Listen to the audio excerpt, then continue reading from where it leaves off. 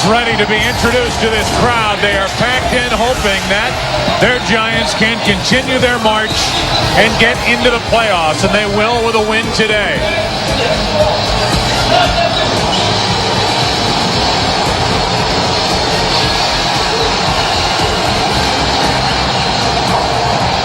The Eagles, they win and they clinch home field advantage throughout the NFC playoffs. The Giants get in with a win over their arch rivals, the Philadelphia Eagles. And welcome to the broadcast booth, everybody. I'm Joe Buck. Right on cue, along with Troy Aikman and Cris Collinsworth. And Troy, I'll start with you. I think things changed a little bit last week. We saw these guys in Indianapolis. Everybody said, well, yeah, they've been playing better, but the Giants, they haven't beaten anybody yet. Well, they thrashed the Indianapolis Colts. This is a hot club, and people need to realize that. Well, it really is, and they had to win a few games even to get to this position here today, and it's real simple, as you mentioned. They win today, they're in the playoffs, and I've got to tell you, this is like a playoff game here today. There's a lot of energy in the stands, a lot of excitement on the field, and this is a Giants team that's playing with a lot of confidence ever since Jim Fossil took over the play calling 8 weeks ago, and the guy who's probably benefited from that the most is quarterback Kerry, who's having a career year, came off his best game last week against Indianapolis, and he has an opportunity today to join the elite group of quarterbacks that play big in big games and take his team to the playoffs. And let's talk about the other side of the ball now. A.J. Feely for the Philadelphia Eagles, by any standard, has done simply a remarkable job this season, coming in as a third-string quarterback, 4-0 on the season, but he has never faced the kind of atmosphere he's going to face here today. And I don't care if you're the hardened veteran Troy Aikman, to try and come into Giants Stadium in this atmosphere and get a win would be awfully tough. And it's going to be even tougher for Feely today because he's going to have to do it without his favorite wide receiver, Todd Pinkston, who's out with a toe injury. So here we go. If this kid can get it done in this stadium, I'm going to be amazed. Well, there's a lot to talk about with regard to the quarterback situation. We'll do that during this game. And we'll give you our cell phone question, which is this. The Sprint Virtual Coach question. Will the G-Men make the playoffs? Vote now using PCS Vision from Sprint or log on to foxsports.com and stay tuned for next week's question. Will J-Lo and Ben be happy together? These are great questions we throw out week after week.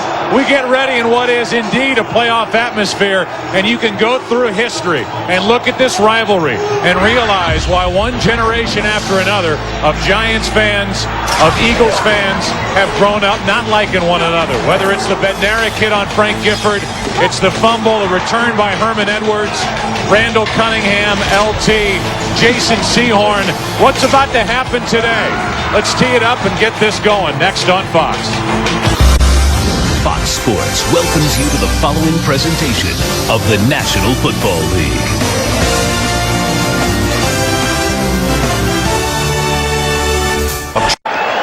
They stripped away the paint and put grass down on the floor of this Giants stadium, and standing on that grass is our own Pam Oliver. Pam? Hey, Joe, major electricity down here today. Boy, these guys are completely fired up. I talked to Eagles defensive end Hugh Douglas before the game. He said he expects the Giants to come out fired up and their fans to be nasty. Quarterback Kerry in a great mood before the game, told me with a smile he expects this game to be a whole lot of fun. One thing you did not see before the game, a whole lot of chit-chat between the different players from the different teams. Man, they are all business. Joe, back to you. All right, well, we'll say it one more time, and then we'll put it to rest for just a short while, and then I'm sure we'll hammer in the second half. If the Giants win, they're in the playoffs in what has been an improbable march toward January football for the G-Men, and for the Eagles it's been an incredible season, whether it's been Donovan McNabb at quarterback, or it's been Coy Detmer, or it's been A.J. Feely, who will make his most important start in his football career. High school, college, pros, doesn't matter. This is it. They win, they get home field advantage as long as they're alive in the NFC playoffs. And when you have Green Bay in your conference, That is a major carrot sitting out there for the Eagles. Well, there's no question, and the Eagles have had their backs against the wall for the last 5 weeks. They've been in a position where they've had to win games, and they've been able to do that without their leader, Donovan McNabb. I think it says a lot for this Eagles coaching staff. And the last time I saw an atmosphere like this at Giant Stadium was when the Minnesota Vikings came in here for the NFC Championship game. And boy, what a start the Giants got off to that day. You know the story about Fossil and what his teams have done in his 6 years with the Giants, 18-5 during the month of December. Took over the play calling, and the offense has taken off. Glad you're with us. Away we go. Shorty. And from just inside the 20, it's Damian Douglas. Crosses the 30, and he's knocked down just shy of the 33, and that's where A.J. Feely will tiptoe onto this new sod at Giant Stadium and set up in the huddle with his offense, protected by this offensive line with Hank Fraley in the middle. Mayberry and Trey Thomas are headed to the Pro Bowl. Deuce Staley, a 1,000-yard season on the ground. Cecil Martin is fullback. Thrash and Freddie Mitchell, who's been a disappointment for these Eagles since being drafted in the first round out of UCLA, taking the place of Pinkston. Nothing. In the backfield, a loss on the play, Staley. A loss of 3. Well, you know what's going on up front for the Giants defensively. At least Staley does. Holmes, Legree, Griffin, and Michael Strahan, so consistent, headed back to the Pro Bowl. Mike Barrow and Brandon Short with big games a week ago in Indianapolis, and Will Peterson back starting at cornerback across from Will Allen, Williams, and Stoutmeyer, the safeties.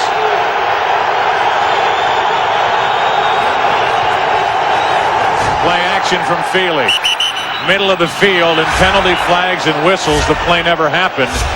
It's going to be procedure against Philadelphia. And this is not exactly the kind of start that Andy Reid was hoping for with this football team. They're playing here today. Before the ball was snapped, ball start, number 76, offense, 5 yards, repeat second down. Is to come out and run the football and take some of the pressure off of A.J. Feely. He'd really love to be able to establish the run the way they did in the first meeting between these two football teams when the Eagles ran for 299 yards. Of course, a big chunk to that was Donovan McNabb. Yeah, and that's one of the things we talked about. A.J. Feely playing in a hostile environment. There's going to be a lot of crowd noise at the line of scrimmage. He's got to be extra loud so they don't have any of those illegal procedure penalties like they had on the last play. Second down and 18. Looks like the same play. Now it's a screen over the middle to Thomason. And the tight end rumbles forward for a first down. And Feely, wow. Well, one of the things the Eagles know that everybody does to A.J. Feely is blitz them early. That time Brandon Short came on to blitz, and then the tight end just is going to release late off the field. So now what they're doing is anticipating blitzes. So Andy Reid with his play calling, this type of action should probably get the Giants out of those blitzes. Look at A.J. Not exactly understated as we saw in his first start against St. Louis at the Vet. That's Staley out of the backfield. Out of bounds just shy of the 20. And here are the Eagles, 3 plays already in field goal range, deep into Giants territory. Well, the Eagles go to an empty backfield set. They spread out Deuce Staley. Omar Stoutmeyer is going to be the safety who is supposed to be covering him. He overplays it, thinks he's going to go outside. You see Omar right here. He misses the play. That gives Deuce Staley open field to run. That's just a missed assignment on Omar Stoutmeyer's part. From just outside the 20. A double reverse, and it's Thrash with Feely in front of him. James Thrash. Touchdown, Eagles. What an opening drive for the 12-3 Philadelphia Eagles. Right down the field and into the end zone. Well, now you know why many people consider this to be the best team in football. In the first matchup between these two teams, the Eagles faked a lot of reverses and hit some runs against them right off tackle. Now, to begin this game, they come back with a double reverse, and it's just wide open for a touchdown. Mitchell handing off to Thrash. The Eagles do a lot of this. And now we know why Andy Reid was smiling under that big mustache when we asked him if he has any tricks planned for the Giants today. The old double reverse. I think that was one of them that he didn't tell us about last night. So for the young quarterback Feely, an early lead here at Giant Stadium.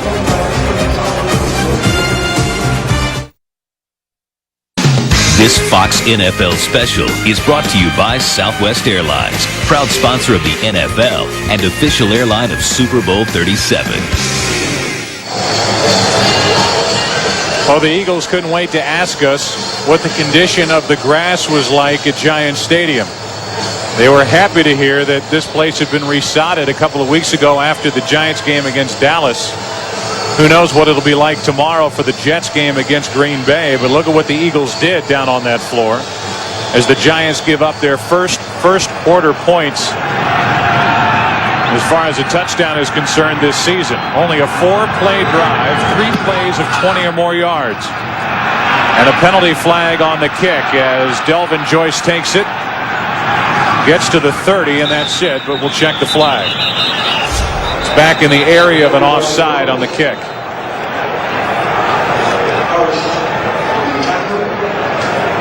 So we'll see if the Giants want to make Akers kick it again and hope for a better return. That ball hung up in the wind, and they may make them kick it again. 57 to the kicking team. 5 yards. Re-kick. Yeah, I think you always take that because the kicking team, for whatever reason, seems to get a little worn out.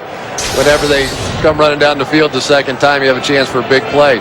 Going back to the touchdown on the reverse, Troy, one of the things I think Andy Reid did so well on that drive, watch A.J. Feely getting a half a block there, was he took advantage of how hyped up and how aggressive the New York Giants came out in the first quarter. He knew they were going to be flying around, so he goes with the delay, he goes with the reverse, the quick dump off to Deuce Staley. He took advantage of their excitement. He took advantage of that, and he also wants to be able to run the football to help take the pressure off of A.J. Feely in a game like this. And even though they didn't run it that much, obviously they got the reverse for the touchdown, they did throw the short, quick passes, which in Andy Reid's mind is an extended handoff. So he views those more as running plays than he does pass plays. And this has really been what every single team has come out and tried to do to A.J. Feely. They've come out, tried to blitz him. He's made big plays early on, and then they've settled back into their game plan. And I think that's what you're going to see the Giants do as well. They really didn't blitz that much last week against Indianapolis, protected their secondary, and it worked out much better for them.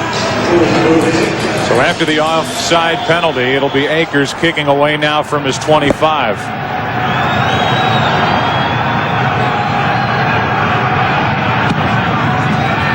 More of a line drive kick, actually better, and this is Delvin Joyce from about the 13-yard line.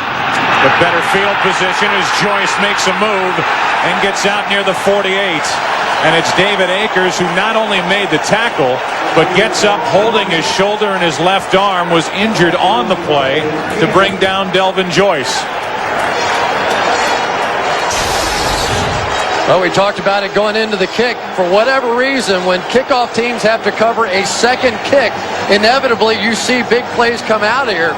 And if they end up with David Akers injured and unable to kick in this ball game, that is going to be a big, big play in the game. Yeah, the good thing that Delvin Joyce does there, he gets right in behind Darryl Jones and doesn't waste any time getting up in the crease. Kerry Collins will start with a throw and tipped and caught by Shockey. Hello, rookie. He's down near the 30. Shockey tips it to himself. And it was good coverage by Carlos Emmons as well. It was just an outstanding throw and catch by Jeremy Shockey. He's isolated on Carlos Emmons, runs an option route. Carlos just unable to get a hand on the ball, and Shockey brings it in, and he's most dangerous. Once he gets the ball in his hands, he's thinking touchdown the entire way. Only one catch short of Mark Bavaro's Giants record for catches by a tight end, and Collins just happy to be able to get rid of it as he had pressure from Corey Simon. How about last week? We were there and watched him just dismantle the Indianapolis Colts and ended up with a perfect quarterback rating. That's what it looks like, 158.3, one of 2 perfect days for a quarterback this season. And Kerry Collins feels like he's seeing the field very well, making good decisions and throwing with great accuracy. Comes into this game with great confidence. 2nd down and 10, and this is Tiki Barber. A lot of room to run. 1st down and more. Out of bounds inside the 10.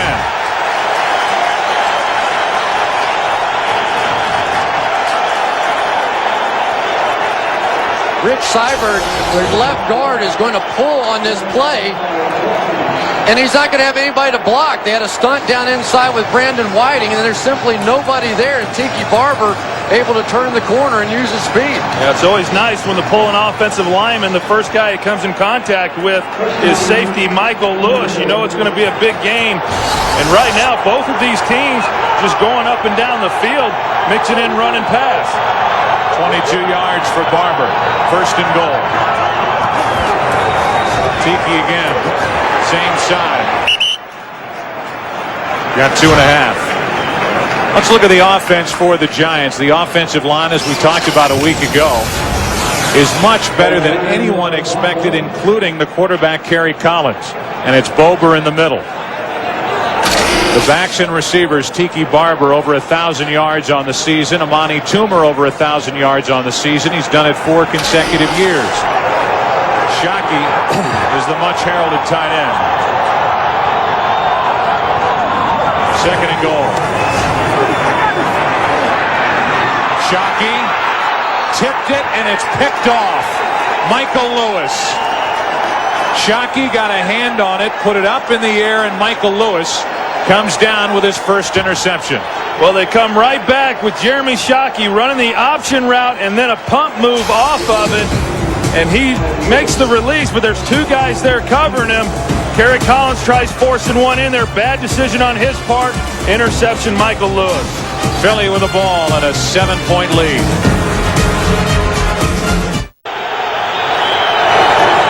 First play after the interception, it's a toss to Staley running right. And it's Will Allen who makes the final hit to force Staley back after a gain of 4. How about Kerry Collins? He throws an interception on 2nd and goal. His 1st interception in his last 129 attempts. That's a career high. And his 1st in 221 career attempts against the Eagles, which is an NFL record for the most attempts against an opponent without a pick. Well, it was a huge mistake, Troy. There's no question about it. I mean, Kerry Collins now is a veteran quarterback. To have that kind of a screw-up after that drive just sucks all the life right out of his football team. That pass incomplete, broken up by Allen as he was defending against Freddie Mitchell. Well, it's most definitely a game when you're playing in a big game like this and so much on the line. Games come down to who makes the fewest bad plays, and right there, this early in the ball game, the last thing you need to do is force one in, and I think Kerry Collins will be the first one to tell you that. We saw him play so well in the championship game against the Minnesota Vikings, and everybody said, well, maybe now Kerry Collins has finally arrived, and then you come back the next week in the Super Bowl, and he has a real tough day. So he really needs to put some efforts back-to-back if he's ever going to be considered one of the premier quarterbacks. 3rd down, Thrash can't make a one-handed grab. They had Freddie Mitchell lined up on a linebacker, but could not take advantage of a matchup against Mike Barrow. And the incomplete pass makes it 3 and out for the Eagles. And Freddie Mitchell making his 2nd start over his career. He had 1 start last year as a rookie. Has not played that much unless they've gone to 4 wide receivers. They're going to need to get some production out of him today. 2nd game for Lee Johnson, the 41-year-old. Decent punt, and it's Delvin Joyce. Nowhere to go. And Joyce is forced out of bounds at the 38. 40-yard punt, 2-yard return. And the Giants defense gets a 3 and out after the Collins interception.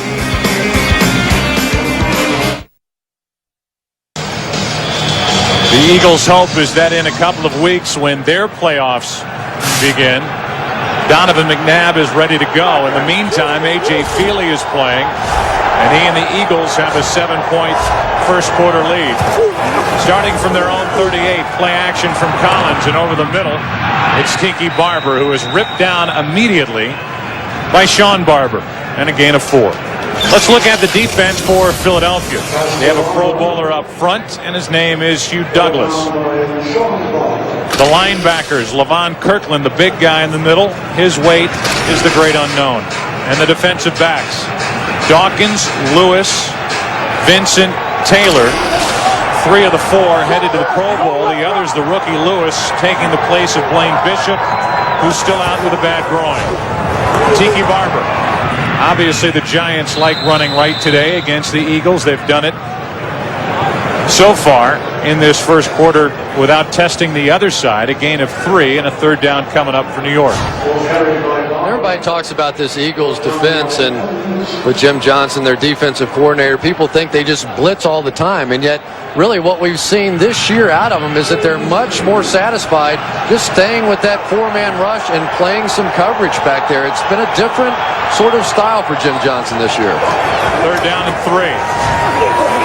Collins flush, dumps it off, and it's incomplete. And it's Tiki Barber looking for a flag, and big Levon Kirkland swallowed him up over the middle of the field.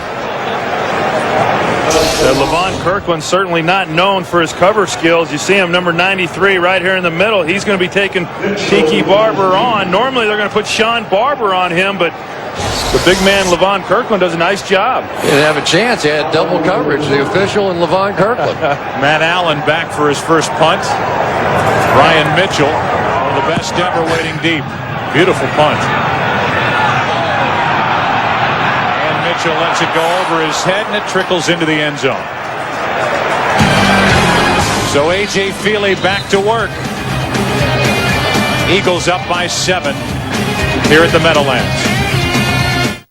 This Fox NFL special is brought to you by Autotrader.com. Sell your car fast on the ultimate automotive classified site. By Gillette Mach 3 Turbo. For the closest shave with less irritation, even against the grain. By Taco Bell, think outside the bun. And by National Security, starring Martin Lawrence, in theaters January 17th, rated PG-13. Welcome back. Pleasant day, all things considered, on the 28th of December here in the New York area. It's worth bringing up early that the decision for the Eagles and Andy Reid will be made at least much more interesting at the quarterback position should A.J. Feely come in here and have a big game and help the Eagles beat the Giants at Giants Stadium. He started out well, and he hits his tight end Chad Lewis, who has a first down. One of the big battles in this game today is Michael Strahan going against John Runyon. Strahan has had 7.5 sacks in the last 3 games against Runyon. But, Troy, this field is so bad out here. We've seen a lot of divots flying already. I think for a speed guy like Strahan, it's a disadvantage going in trying to pass rush. It definitely neutralizes those speed rushers on both sides of the ball. First down, Philadelphia. And the handoff is to Staley. He doesn't get anything. And it's Stoutmeyer, the free safety, who ends up ripping him down. But, Chris, I know you have feelings on the quarterback situation. And should Feely come in here and play a big game at Giants Stadium and help the Eagles win and secure home field advantage, 2 weeks from now, the Eagles' first playoff game, nobody's saying that A.J. Feely over the long term is going to take over for Donovan McNabb. But if you have a rusty McNabb who hasn't played in 8 weeks coming back in a big playoff game, and Feely has this team rolling, it's not a clear-cut decision. Second down and 10. A.J. lets it go, and it's right in the gut of Antonio Freeman, who can't hang on. Third and 10.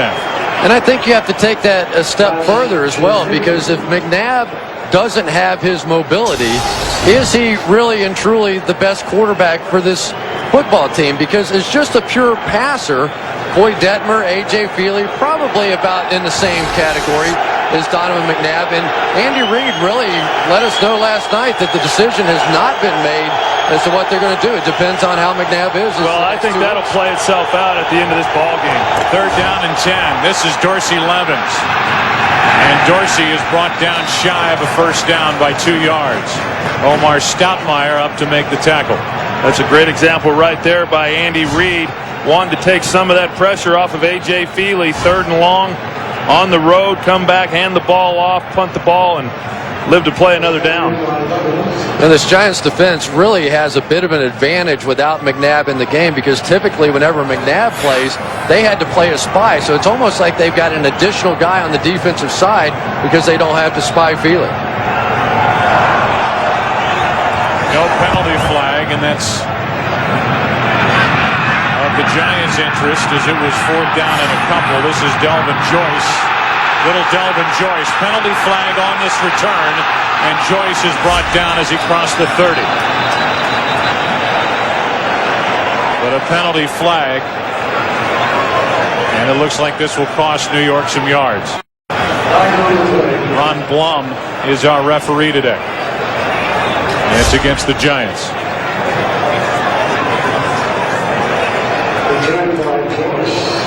Legal block in the back. Number 45 for the return team. 10 yards. 1st down.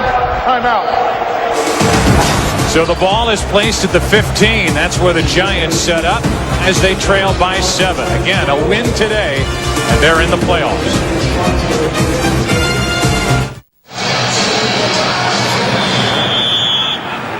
Andy Reid in that offense went right down the field in 4 plays off the opening kickoff and put it in the end zone on a double reverse. The Giants went back down the field at 2nd and goal, and Collins threw an interception. Now Collins hands to Tiki Barber, who again runs to the right side, and Barber picked up 3. I think the reason they're running to the right side is they're running away from Hugh Douglas, and Hugh Douglas is getting to the point now where he's saying, okay, you're going to run over there? I'll show you how fast I am. Just going to sprint down the backside and make the play. He really is the dominant player on that defensive line, both against the run and the pass, and he really gave Luke Pettigrew, the left tackle for the Giants, a nightmare of a game last time these two got together. That's the significant matchup up front. Hugh used to call this place home when he was with the Jets, traded to Philadelphia. Collins waiting, and now he has Toomer. Amani Toomer out to midfield.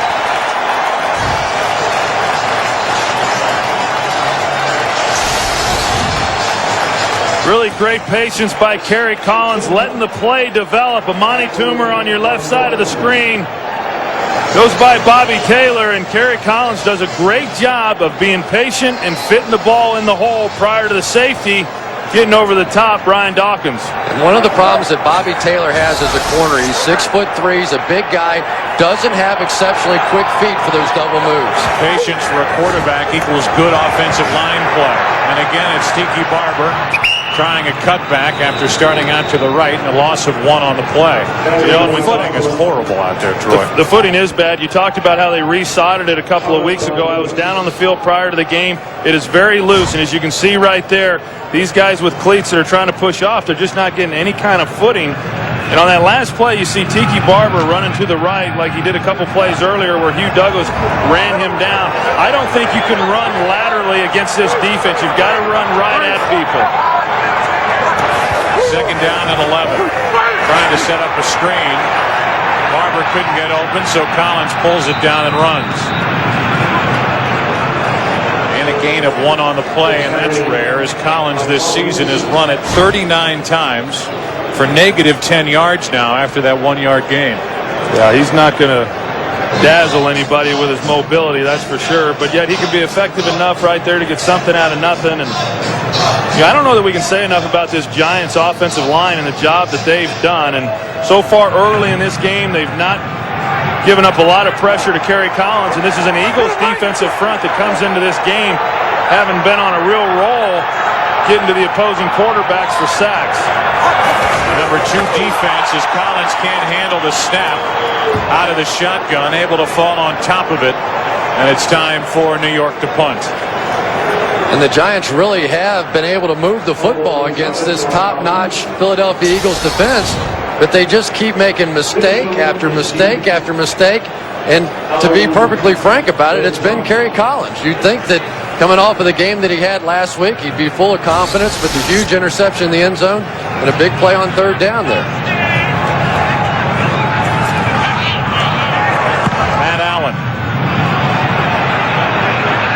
Mitchell will let it go. And it'll be tapped down near the 15-yard line. Simmons the one who ends up with it. Well, tomorrow they're going to be playing on this field again. It's a Fox NFL Sunday doubleheader. The early big game, the Falcons at the Browns in the playoffs right out in front of the Atlanta Falcons. And then it's a matchup of Brett Favre and Chad Pennington tomorrow on this field. The Packers at the Jets. Dick Stockton and Daryl Johnston will be on hand for that game, and that's at 4 Eastern. And a comparison of the two quarterbacks, and everybody around the league is starting to become aware of Chad Pennington. Yeah, he's been outstanding, and he's done a great job coming in off the bench early in the season and leading this team into some meaningful football games here in December. On first down, Feely throws, and he has his running back Staley. Minimal gain on the play, 4 yards. Stahani Jones, a linebacker, made the tackle. It's interesting. That's about the third time they've run that bootleg back to the right-hand side with Feely. And I think part of the reason that they're doing it is they're able to get some extra protection on Michael Strahan. You notice they're not moving him outside the pocket, but they're double teaming with the tight ends, and they're helping on Strahan. Second and 6. That's Levens. He got one. Well, speaking of Michael Strahan, that was a great play right there. The Eagles like to run the ball to the right behind John Runyon. However, if you're going to go that way, you're going to be running right into Michael Strahan, and that is the run defense strength of the New York Giants. Just sheds Runyon and makes the tackle. And Michael Strahan is a guy who has had a tremendous amount of success working against John Runyon over recent years.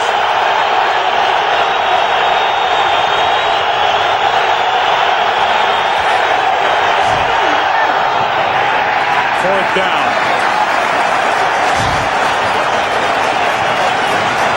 Good coverage by Will Allen, who lets the world know about it. One of the things the Giants are going to try and do today is to free up Michael Strahan, obviously. That time they went with that Bears look up front, Troy. Somebody, 1, 2, 3, covering up the centers and the guards so that they can't come out and help on Michael.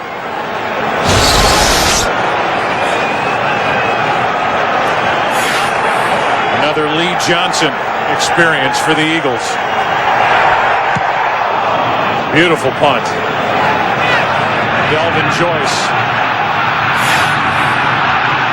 started at the 30 and ends up at about the 30. And Sheldon Brown, one of the Eagles' high draft picks, is down the field to make the stop.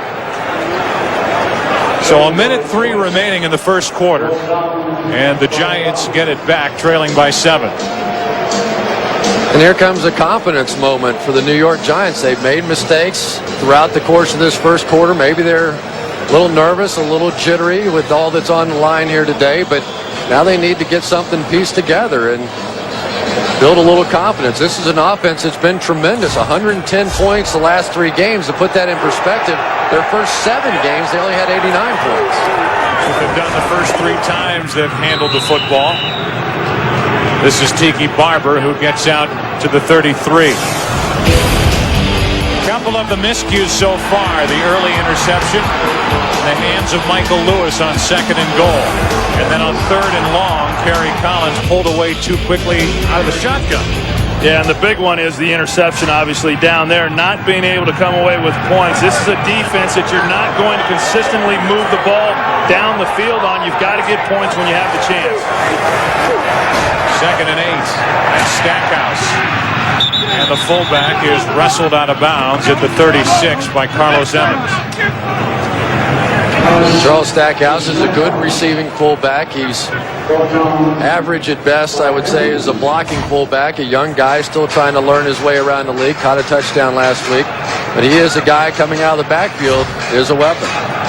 4 offensive plays into this game from the Philadelphia Eagles, and they had a 7-0 lead. That's the way the first quarter will come to a close. The Giants with the ball down by a touchdown. This Fox NFL special will continue after these messages.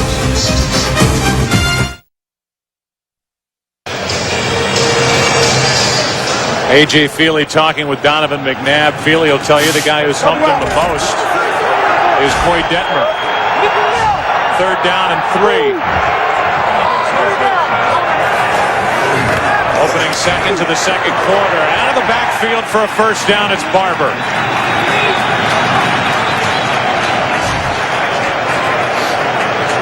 Well, this is one of the things that the Giants do very, very well within their passing game. You watch Tiki Barber come back off of play action, and he does a great job of coming out, working against a linebacker. The linebacker there, actually ND Kalu, does not know whether or not he's going to break to the outside or the inside. It's a mismatch, and that's an easy 3rd down conversion. 10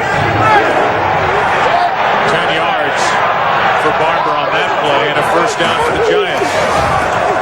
That had an odd look. Barber ends up running right, able to turn the corner, and makes a nice gain out of a play that had an awkward start to it. Well, it actually looked like it may be a busted play, but it's actually not. They want to make it look like it's going to start to the right, then bring it left. But because there was nothing there, Tiki Barber then brought it back to the right side of the field. And I tell you, he's got a tremendous ability to stop and cut. And rarely do you see Tiki Barber just run out of bounds. He's always looking to get the extra yards. That's the old Bo Jackson play there, because teams would over-pursue so quickly, they just pitch it to him, let him stop, and reverse his field. Total yards, a franchise record for Barber, and that's Shockey. Like he nearly lost the football, able to hang on, and he's brought down just shy of a first down.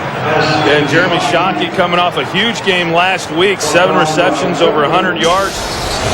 Leads all tight ends with over 60 receptions this season. And when you talk about a guy who's made a real difference for their ball club, I don't know that you can point to anybody other than Jeremy Shockey. He has opened so many things up for these other players, Tiki Barber, Amani Toomer, and he's just been a great player for this football team in his rookie season. 3rd down and 1.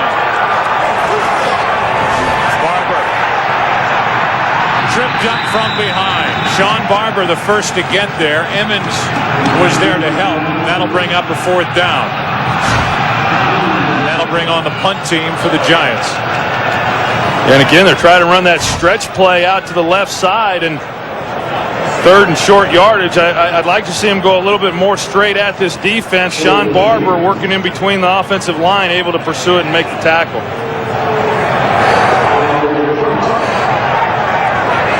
career touchdown punt returns for Brian Mitchell. And he won't get to this one as it takes a bounce and goes out of bounds at the 23.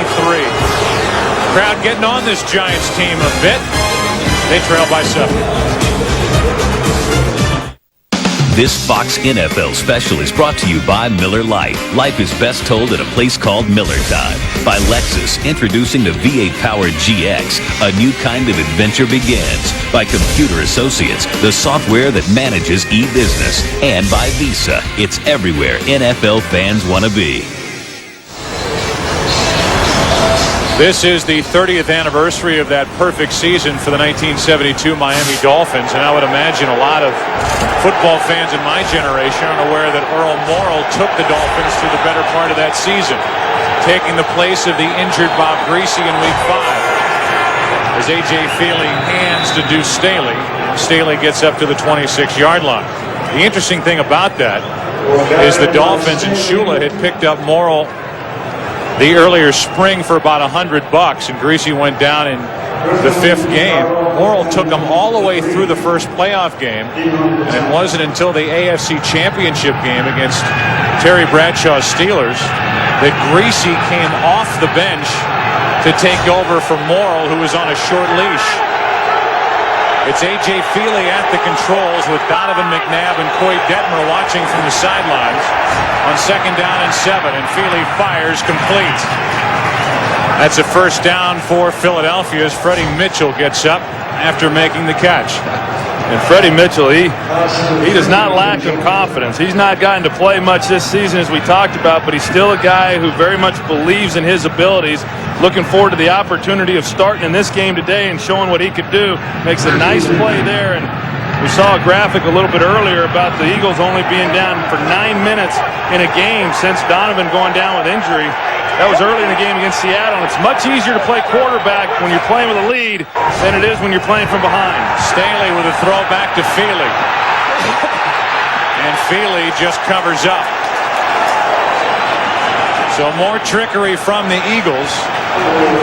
Joe, this is the same exact play that the Giants ran last week and threw the 82-yard touchdown pass. They've got the trickery going, going to hand it off, throw it back across the grain to Feely, the exact play.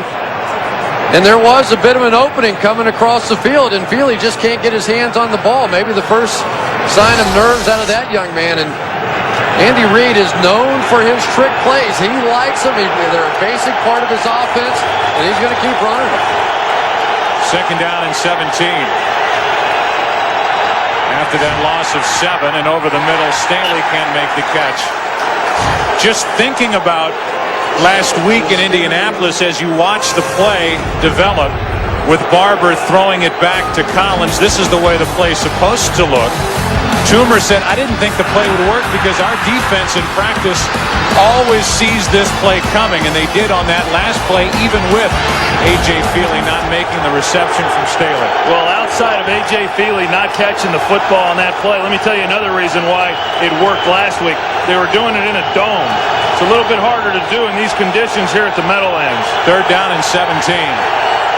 And a handoff for a changeup. It's Levens. Not much yardage in time for the Eagles to punt. And just to finish up the point about the 72 Dolphins and what is to come, and as you said, Troy, both on the air and off the air, a lot will be answered after this game depending on the sort of game that A.J. Feely has today, looking at the possible return of Donovan McNabb. But in that AFC Championship game, Cris was good enough to play, but Morrill started on a short leash. Cris came in, won that game, then won the Super Bowl. There is a formula there from the winningest coach in NFL history, Don Shula, that you could go that way and put Feely on a short leash or Detmer and have McNabb ready for relief. This is Delvin Joyce from inside the 20, and he's been a good return man for the Giants this season. Talk about that point when we come back. As the Giants get it back, they trail by 7. Troy, I know you were itching to jump in about that 72 Dolphins example that I threw out before the break. Yeah, the only thing I would say is that the Dolphins won. They won when Cris came in and played, and if the Eagles win, regardless of who's the quarterback, it will be the right decision. If they don't, it's going to be the wrong one. Collins over the middle, the ball's in the air, and it drops incomplete. That's Campbell, Dan Campbell, who could not make the connection. Let's go back to Week 8 in October. Hugs all around, but there weren't any hugs after this hit that ended the season for Ike Hilliard. The hit came from Dawkins. Stackhouse fumbling on the one that really changed the complexion of the game, and Donovan McNabb had over 100 yards on the ground. It was a 17-3 loss, and shortly thereafter, Jim Fossil took over calling the plays for the Giants. Brian Dawkins got fined $50,000 for that hit, but the hit was a lot more expensive for the New York Giants. They lost Ike Hilliard for the year. Sean Barber, the injured Eagle, getting attention as we take a break.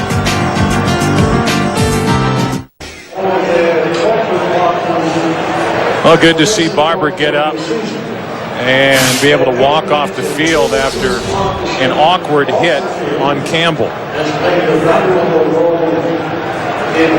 Anytime you lead with that head and the momentum carries right into you, there's neck injuries and the stingers that incur. Hopefully he'll be back in the game. Ike Reese is his backup. He takes over at second down and 10. And it's Tiki Barber. Carlos Emmons with friends there to make the stop, and that'll bring up a third down after a gain of 4.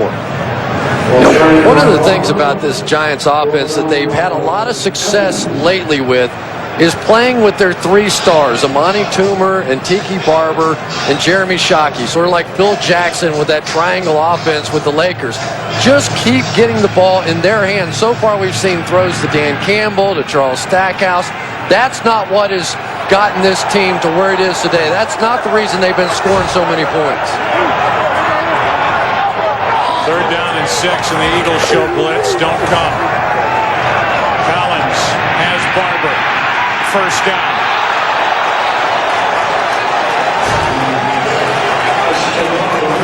Pretty throw from Kerry Collins to hit Barber in stride. Yeah, and Tiki Barber back when the Giants, they were on a 9-game winning streak against this Eagles team prior to losing the last 3. But when they were having success against the team, the guy who really hurt them the most was Tiki Barber, and not so much running the football, but being able to come out of the backfield and catch passes. That's one of the reasons why they moved Barry Gardner to middle linebacker, and they had Mike Caldwell last year. This year they have Sean Barber, that time Carlos Emmons, but he's very difficult to cover coming out of the backfield. On first down, more Tiki Barber. And a gain of 3 on the play. One of the things that we've expected to see here today is the mismatch on the early downs, that being Jeremy Shockey working the middle of the field against Levon Kirkland. Levon Kirkland is a big, very good run-playing middle linebacker. What he doesn't do well is play in space, and so far they have not taken advantage of that mismatch. But is it realistic, Troy, to think that Kirkland will end up on Shockey today? Well, they're going to do everything they can in their power to make sure that that doesn't happen. Second down and 7. The outlet valve is Barber, and the throws behind him wasn't much there anyway. Third down coming up. Yeah, and one of the things they do right there in order to try to get that matchup is they bring Amani Toomer, motion him down inside. He's now going to take the middle of the field between the hashes, and then it's Levon Kirkland who he's going to be matched up on. Jeremy Shockey, he's getting attention on the outside. You see, even Bobby Taylor as a corner is coming in to help. He's playing the outside. They're in and out with Bobby Taylor, and Levon Kirkland had a chance for Amani Toomer inside. And Shockey's saying, throw the football. We're playing off either side of Levon Kirkland. Either throw it to Toomer, throw it to me. It's there.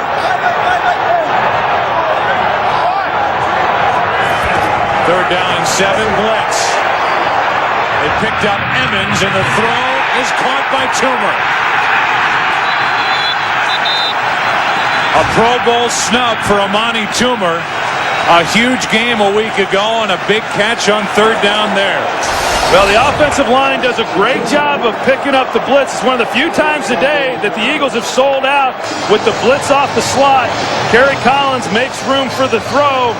And then Amani Toomer on the end of this play does a nice job of using his body, shielding the defender, and going up and making the catch. Did you see Dan Campbell come all the way across the formation there and pick up that blitz? What a great play. Collins hit from behind and dropped. Hugh Douglas. And that's the mismatch we talked about earlier in the game. Luke Pettigrew, simply no match for Hugh Douglas in the first ball game. And here once again, just the speed and the power of Douglas coming around the corner. Kerry Collins never had a chance.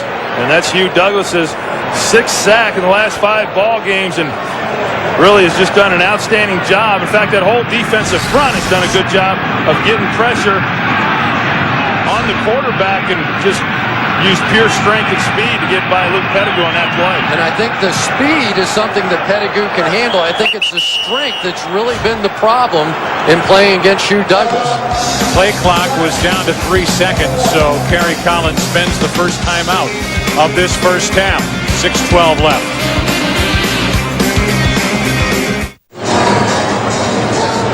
Second and long for the Giants after the timeout. Well, here's the triangle we talked about. These 3 guys right here are going to have to get it done. The rest of the team minus 3 yards. You know, and they have been getting it done. And Jim Fossil told us yesterday that, hey, we've only got 1 wide receiver. And I said, yeah, but you've got a running back and you've got a great tight end in Jeremy Shockey. And that formula for the Dallas Cowboys when I was playing won us 3 Super Bowls. So they've got plenty of arsenal out on the field. Second down and 18. The Eagles came across early. They're going to blow the play dead. I know Kerry was hoping they'd let that play go. Usually you get a free play on that and take a shot down the field. Must have been contact made as the Eagles jumped across the line. It's really unusual that you have a player on the field that's essentially just a total decoy, but the other wide receiver for the New York Giants, Darryl Jones, is just window dressing on the outside. This is on infraction. nose tackle of the defense, moved across the line of scrimmage, causing an offensive player to move off of his stance. 5 yards, repeat second down. You know, I know this, that if you've got a great wide receiver, which they have in Amani Toomer, I would much rather have my second guy be a great tight end than not have a tight end and make it another wide receiver. You can just create so many mismatches inside with a guy like Jeremy Shockey that can move, and that's what they've been able to do with the Giants this year. Play action, Collins, middle of the field, Shockey. Penalty flag on the play as Shockey makes the catch inside the 10.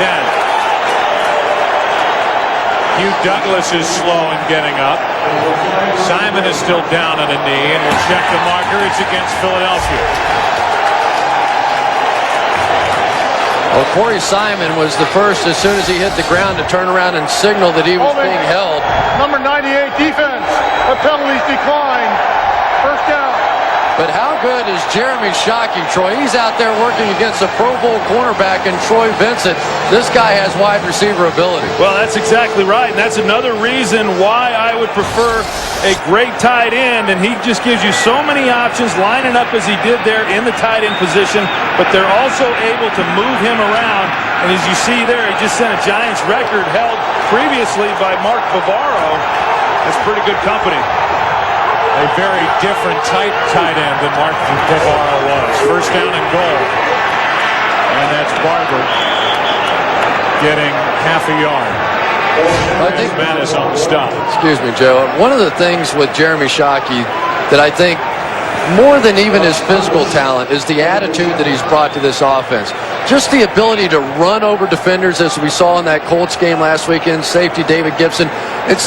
They've always been bad guys on the defensive side of the ball, but sort of finesse guys on the offense. And now he brings that same sort of attitude to this Giant offense. It brings some real toughness to that group. On second down, Collins, Stackhouse, touchdown, but a penalty flag. It's a hold, and it's coming back. A penalty against the Giants will erase the touchdown. Well, here we go again with the Giants' mistakes in key situations. They've been moving the football up and down the field. Number 78 offense, 10 yards, repeat second down. Yeah, that's on Mike Rosenthal, and you're right. They got down there earlier. They failed to capitalize with the turnover. Now they got Mike Rosenthal after a touchdown pass to Stackhouse, and it's going to come back. And that's terrible. That's just not a hold. That's a defensive lineman that loses his footing, and Mike Rosenthal just throws him to the ground. It costs the Giants a touchdown. Just horrible. Second down and goal from outside the 15. Collins to Barber. Another penalty flag on the play. And Shockey is indicating it's against the Eagles. Yeah, Jeremy Shockey, he's pretty easy to read as far as what he's thinking out on the field. He's feeling as though he was held. Illegal contact, number 51 defense, 5 yards. It's an automatic first down. And these Eagles linebackers are really having a tough time trying to keep up with Tiki Barber. That time, Carlos Emmons, it was just barely beyond that 5 yards, but it was beyond 5 yards. And I don't know if Jeremy Shockey doesn't start selling it to the official if he's going to get the call, but he was able to, and he got it. So now it's a first down from the 11. And now Shockey's lining up out wide. It's not first and goal. It's first down, and that's Darryl Jones. A little move, and he's brought down at the 3. One of the things that Darryl Jones can do, he's a little guy, and so on this field, on a bad field, he's able to get in and out of cuts very quickly. That time he came in with a little arrow route, ran right at the linebacker, and arrowed back out of it. And one of the few guys today I've seen make that kind of a cut without slipping and falling down. Yeah, and how about this drive that the Giants are currently on and what they've overcome? They overcame the big sack. They had the third down conversion on 3rd and long. They've overcome the penalty. Now they're in position to get it in the end zone. They even got a catch from a window dresser. Now Barber loses the football. First of all, Barber slipped. as he was trying to get to Collins for the handoff, and then the ball came out. And at the bottom of that scrum, we'll see who comes up with it. Well, that's right. It doesn't matter who had it to begin with. It's just fight for your life down there right now, whoever comes up with it. And I just don't know how much longer the New York Giants organization can keep this football field here. I mean, it really is time for field turf or something, because this is just, for a championship caliber game, these players deserve better than what they have out there on that field.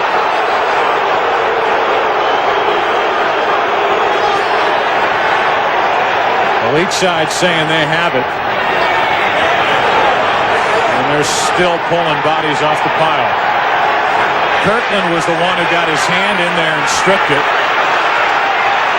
Well, these officials just need to get in there and take control of this thing. And it belongs to the Eagles.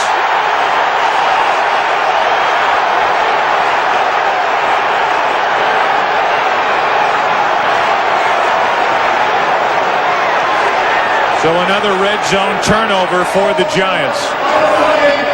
Philadelphia, first down. And it's very similar to what happened in their first meeting when they were able to penetrate inside the 10-yard line and not come away with points. They've done it twice now today.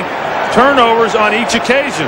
And that was Levon Kirkland, who was able to dive and strip that football away from Tiki Barber, who was a little off balance because of the slip, just trying to fight to control the ball, and then Kirkland raked it out of there. And I don't know who came away with that ball, whether it was Brandon Whiting or who, but whoever it is, for him to maintain control at the bottom of that pile, he's a man. The Eagles give it to Staley. He gets out to the 6. The Giants just have to be kicking themselves right now. They've been just marching the ball up and down the field, and every time they get in the red zone, they make a huge mistake. Brandon Whiting, who came away with the fumble. And the Giants have had those 3 red zone turnovers. The other belongs to Stackhouse in that Monday night game. 2nd and 8. And no surprise, Troy, that deep near their own end zone, Andy Reid is not putting the ball in the hands of A.J. Feely, but trying to run and get a little breathing room. Yeah, no question. And not surprisingly that the Giants are calling timeout so that they can get the ball back, provided they hold them here on this 3rd down in good field position and a chance to try to get points before this half ends. I'm really surprised the Eagles haven't tried to take a shot at Will Peterson yet. He's been banged around, has a knee injury, had a concussion, stinger, toe injury, all these different things, and yet he's been sitting on the outside after missing last week's ball game, and they haven't taken one single shot at him. They haven't even looked his way. Yeah, in fact, when we talked with Andy Reid yesterday, he was saying that of the guys we would like to go after would be Jason Sehorn. If they can get him on the field as the 3rd corner, they never even mentioned Will Peterson and maybe attacking him because of the injuries that you mentioned. My guess is, at most, if they're going to throw the football, it's going to be a screen or something very, very safe here. 3rd and 7. Empty backfield, quick throw, Mitchell, it was behind him. And A.J. Feely told me yesterday that the play that he likes throwing the most is that slant route. He feels that he can really drive it in there. That's not a good throw. It's on his back shoulder and unable to make the catch, but he had a chance had he been able to get it to him to get the 1st down. And I think Freddie Mitchell deserves a little bit of the blame on that one.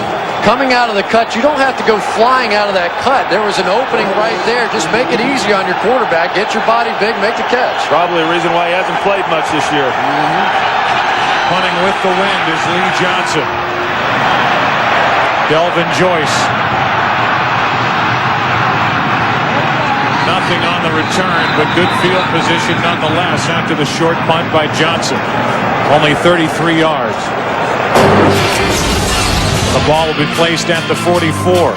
On New Year's Day, Chris Sims leads Texas for the final time as the 9th-ranked Longhorns take on the LSU Tigers in the 67th SBC Cotton Bowl Classic. Kickoff 11 a.m. Eastern, 8 a.m. Pacific, only on Fox. How about that game for LSU this year against Kentucky? Remember that Hail Mary? They'd already dumped the water bucket on top of the coach. And That's came back in the last embarrassing, play. 70 yards over the top. How do you pull that one back?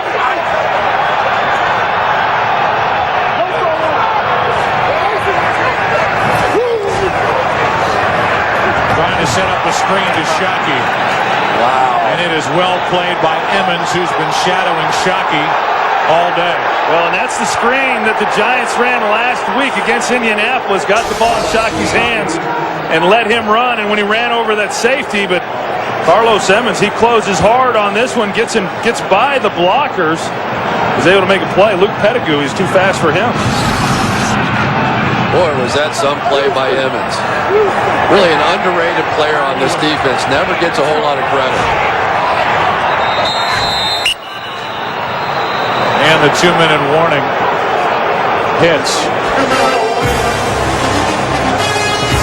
They'll put 2 minutes on the clock. And the Giants face a 2nd and long when we return. Coming up on the Visa Halftime Report, JB, Terry, Howie, and Jimmy will have an update on what the playoff picture looks like and a preview of the Chiefs and Raiders. That game's coming up later today. Boy, these New York Giants have piled up 175 yards on this number 2 ranked defense of the Eagles, but have been shut out so far in the first half. And this is why. Keep an eye on N.D. Kalu right here. He's a pass rushing specialist coming off this end now. 2nd down and 16. There was Kalu, who was cut down, and there's Shockey, who falls down at the 45, and it will be 3rd and long for the Giants. Yeah, I don't know that he would have gotten much more on the play, but he did bobble the ball, but he also slipped. And you see there, the turf just coming up, and as this game progresses, it's going to become more and more of a factor in this game. And again, tomorrow, the Jets and the Packers will try to navigate this field in the late game on Fox. 3rd and 11. Eagles showing blitz. They come, and Collins still on his feet. Bang down inside the 40. And that play may do one thing. It may give the Giants a chance to go for it on 4th down. It's a great point, Joe. They are in a position right now that cannot kick the field goal, but I would think that they're going to try to pick up the 1st down. What a play by Kerry Collins. Bobby Taylor just had both arms wrapped around him, and somehow he sneaks out of there and puts him down into a 4th and about 4 situation. I mean, I don't think Bobby Taylor can believe it. He said, I've got him, I'm swinging him around, and it's Kerry Collins, and we all know quarterbacks aren't very athletic anyway, and I can't get him to the ground. It's pretty much universal knowledge. One thing is, though, Kerry Collins is about 50 pounds heavier than what old Bobby Taylor is, and it bounced off him, but you're right. A real athletic play by Kerry Collins, just escaping that rush and then being able to pick up some yards. So that'll bring up a 4th down and 3, and that's exactly what the Giants will do. They will go for it, and again, you point out that the Giants have been able to move the football, but mistakes today, and you know what they'll talk about at halftime. Jim Fossil eliminate those mistakes, and now after bringing the offense on the field, the crowd reacts because they switch and bring their punter, Matt Allen, onto the field. Yeah, and I don't know that I really agree with this. I'd have a little more confidence in my defense that if I didn't make it, we could keep them from getting points. I think right now is the time to try to make this 1st down. See if the Giants try and draw the Eagles offside.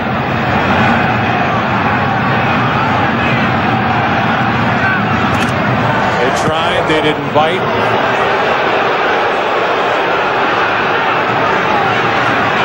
The ball takes a Giants bounce. It will be down near the 12. These fans are frustrated with that decision, and I don't blame them. Me too. I don't like that at all. You've got a football team. You're playing for a spot in the playoffs, and you've got to show a little bit of confidence in your guys there. The mistakes that have happened for the Giants in the red zone. They've turned the ball over twice. The first on the tip, and then the interception by Michael Lewis. And then after having a touchdown erased because of a questionable at best holding call, Tiki Barber lost his footing, then lost the football, and the Giants have been shut out in the first half. Yeah, Jim Fossil's done a great job empowering these players to make plays, but the guys who've been making the plays in previous weeks are the two guys that have not made them today, Kerry Collins and Tiki Barber. Well, plus you just kind of suck all the life out of your football team is in that sort of give-up situation, punt the football. Now you're going to go in at halftime and try and convince your guys, come on, guys, let's get it going, let's get it fired up. Well, Coach, if you wanted to get us fired up, let's go for it on 4th down. Yeah, I think at times you got to show a little confidence in your team, and yes, the crowd is getting a little bit restless right now. They handed out 65,000 towels for them to wave, and they haven't had a chance to wave it. Good way to keep your hands warm, at least, on a cold day in the Meadowlands. James Thrash, the only touchdown of the day on a double reverse. And the first half comes to a close here at Giant Stadium. 7-0, the Eagles on top, trying to secure home field advantage throughout the playoffs in the NFC.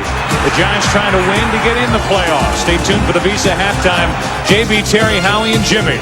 Right after these messages and a word from your local Fox station. That at the half, playing at the Meadowlands as we welcome you to our home turf here in Los Angeles. Full house here in Studio 2A as we talk about the Giants and the Eagles. Giants, we know, must win in order to get into the playoffs. Jimmy.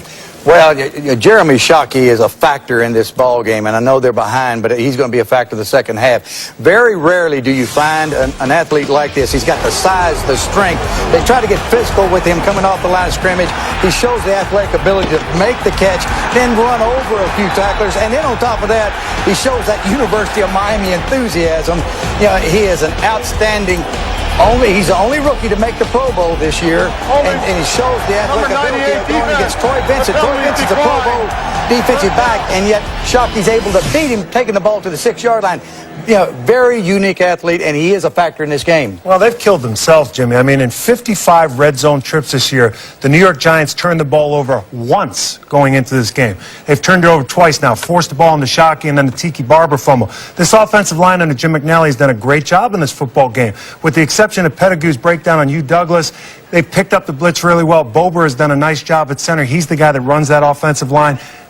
Down 7-0, they could be up 14-7. They're controlling every aspect of this game but the scoreboard. Right, you're right. And if you add those other two, Howie, you're right. 3 times that it's been against Philadelphia down in that red zone that they turned the football over. And Collins, I was talking to Tony Saragusa of the NFL show on Fox Sports Net, which is later, and he was saying, watch Collins here. He said, very seldom, Terry, do you ever see a quarterback have a career day, follow it up with a good football game? Well, you know what? Tony's right. There's an interception by Collins. There's pressure on Collins, and then you're going to see him out of the shotgun dropping a ball. He's had an interception and a fumble. He's still 12 for 17 and 143 yards.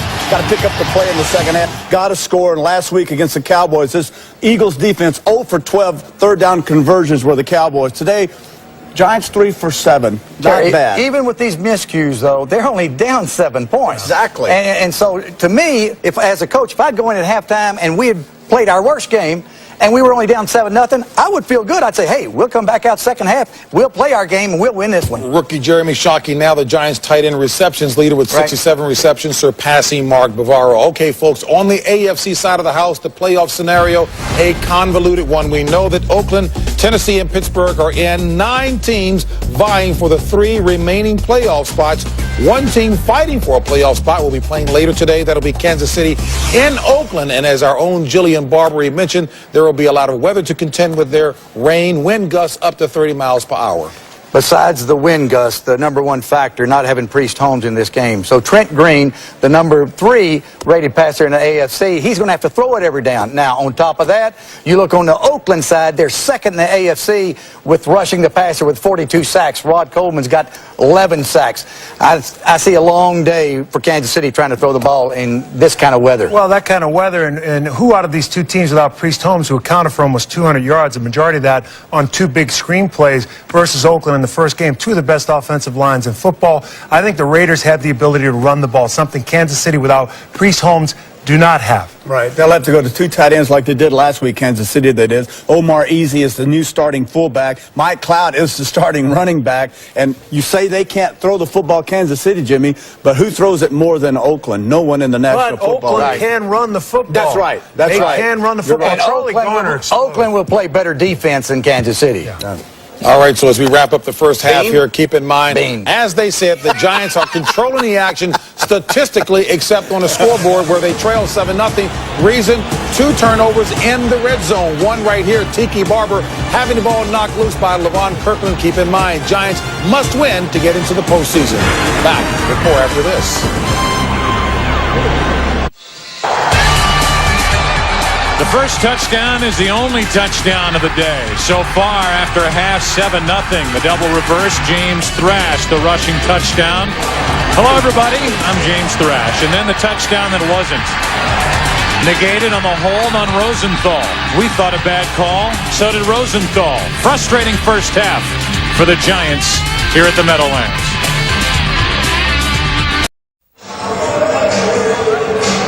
Well, A.J. Feely is undefeated as the Eagles starting quarterback. Kerry Collins has been on a roll and only 7 points, and the points were scored early. Let's go down to the field and check in with Pam Oliver.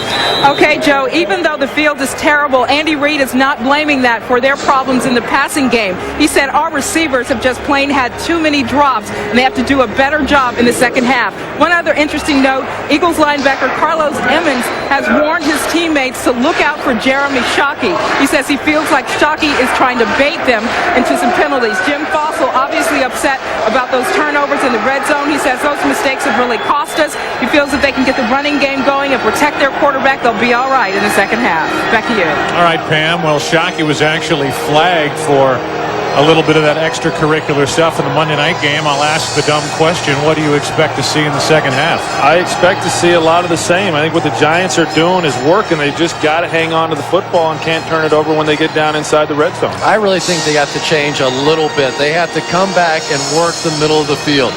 What we've seen is Tiki Barber and Shockey being able to work against those guys inside, but you have to throw it on early downs to be effective when you have Kirkland in the game. David Akers suffered a stinger early in the game. We haven't seen him since then, making a tackle on that kickoff return. The Eagles offense has had only one play inside Giant territory, yet they lead 7-0. Delvin Joyce takes it from the 2. Penalty flag on the return. So another flag, and you would think it's against the Giants, and it is. So Joyce is doing all he can, but getting a little too much help from some of his teammates on these returns. Yeah, and the penalties aren't helping him either. I mean, we talked about the turnovers, the penalty earlier on Rosenthal, and we got the penalty here, which negates some great field position to open up this second half. And how crazy would it make you as an offensive player? Legal block in the back above the waist. Number 59 of the return team. Half the distance to the goal. First down. To see guys like Kevin Lewis blocking the back in this situation, I mean, as an offense, I don't even care. Just give me the ball on the 20-yard line. But don't do something dumb like that and give us the ball on the 9. That's where it is the Giants offense sets up with 188 total yards on the day compared to 128 for the Eagles.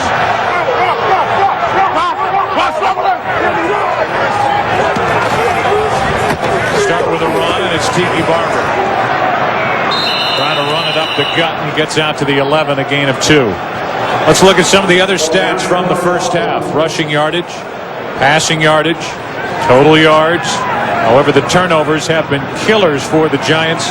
Time of possession. The Giants have led in every category, but that third from the bottom is the one that's crushed them. Well, and the other one, which shows you the New York Giant defense doing a pretty good job, is right here. Not getting the Eagles, allowing them to convert on third downs. That's big. Which makes for all the more reason why they should have gone for that fourth down, because your Giants defense was doing it. Absolutely. Shockey was split out wide to the left, and that's Tiki Barber. He stretches forward and brought down right at the first down marker.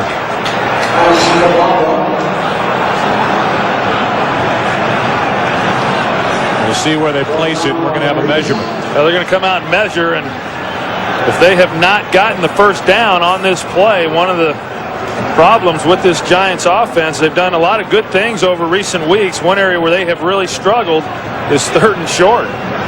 Well, if you think third and short, Giants fans think of Ron Dane, who hasn't been on the field. He's the other running back with Tiki Barber, and they are going to be faced with 3rd and less than 1. Well, he's still got his jacket on. That's Ron Dane right here. Last week in the Indianapolis ball game, Ron Dane had opportunities to come in and pick up these 3rd and 1 situations. He failed on a number of occasions. They're not going to give him that opportunity today. And he's earned the right to be right there in this situation. Tiki Barber is your guy. He's your MVP of the team, I believe, this year. He's earned the right to get this football in this situation.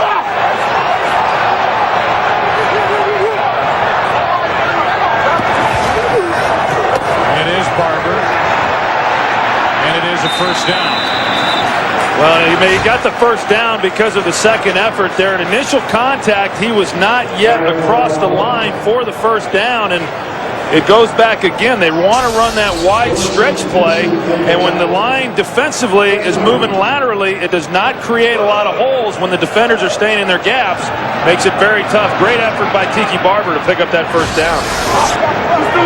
The Philadelphia Eagles trying to win 13 games for the first time in franchise history. Trying to go 12-0 in the NFC Conference play and 6-0 in their division. There's another mistake as Kerry Collins ends up having to fall on the football. Put the big top over this place. Yeah, I'll tell you what, this is week 16, 16th game of the season, and you're fumbling balls like this, I mean, there's no excuse for it. Loss of a couple on the play. We have a heater malfunction, which gets your guy on camera. Butch, what's his name? Butch is security. There he is. This is Butch. Always finds his way into your living room.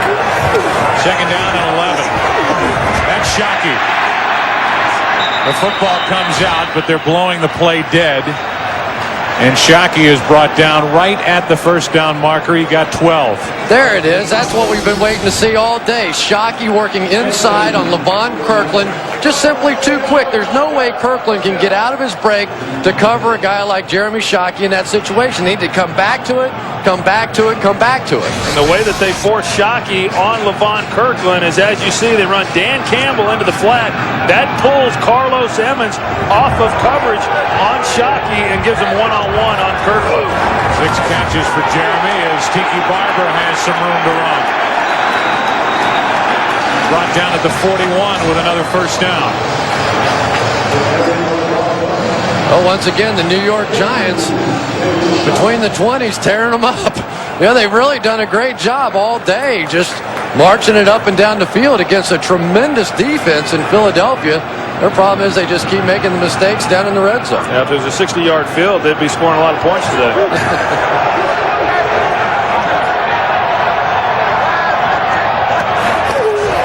On first down, Barber running left.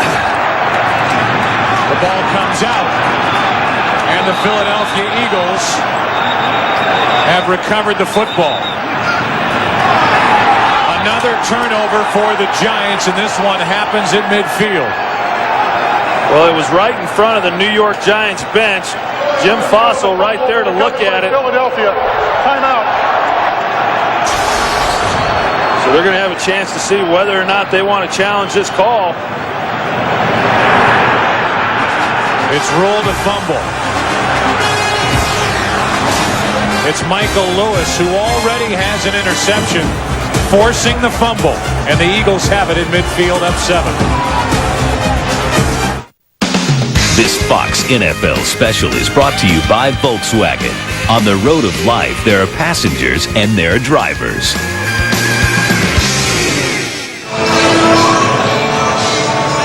Well, to the delight of the fans, at least the Giants fans that are here at the Meadowlands, the Giants are challenging this call on the field. The 3 of us in the booth and everyone in the truck. Right there, that's out. That's not under control of Tiki Barber, and there is nothing on the ground. That's a fumble. So we believe this is going to cost the Giants a timeout. In what could be a huge timeout down the road. Yeah, it could be. And I tell you, the Giants have just been absolutely careless with the football. You remember on the previous play to this, Jeremy Shockey making the reception. He lays the ball on the ground. The officials ruled him down already. After reviewing the play, the ball was coming loose prior to the runner being down. The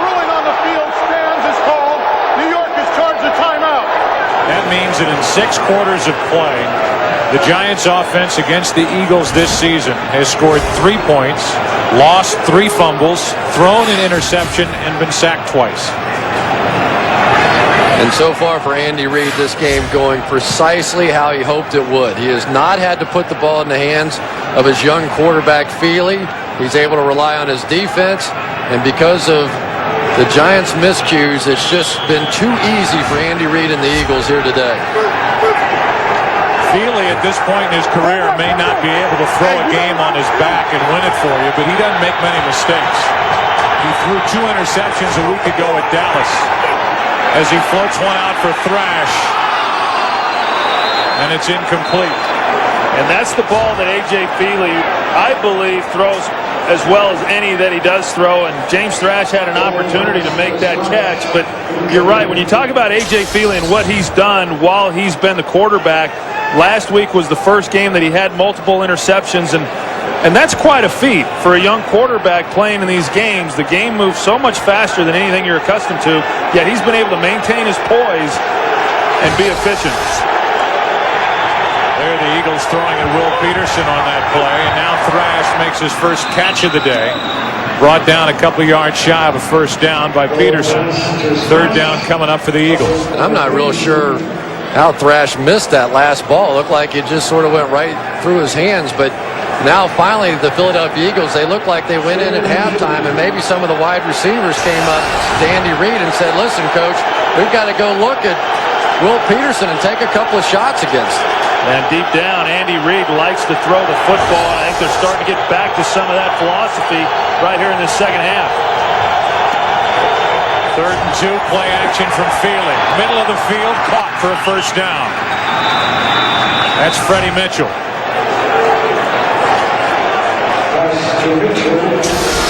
Andy Reid wanted to get some people on Michael Strahan and help protect Feely. This time they've got Dorsey Levens coming out, doing a good job on Michael Strahan, and A.J. Feely does a great job here of getting to his 3rd receiver. He checks his 1st receiver, his 2nd receiver not there, comes down, keeps the chains moving.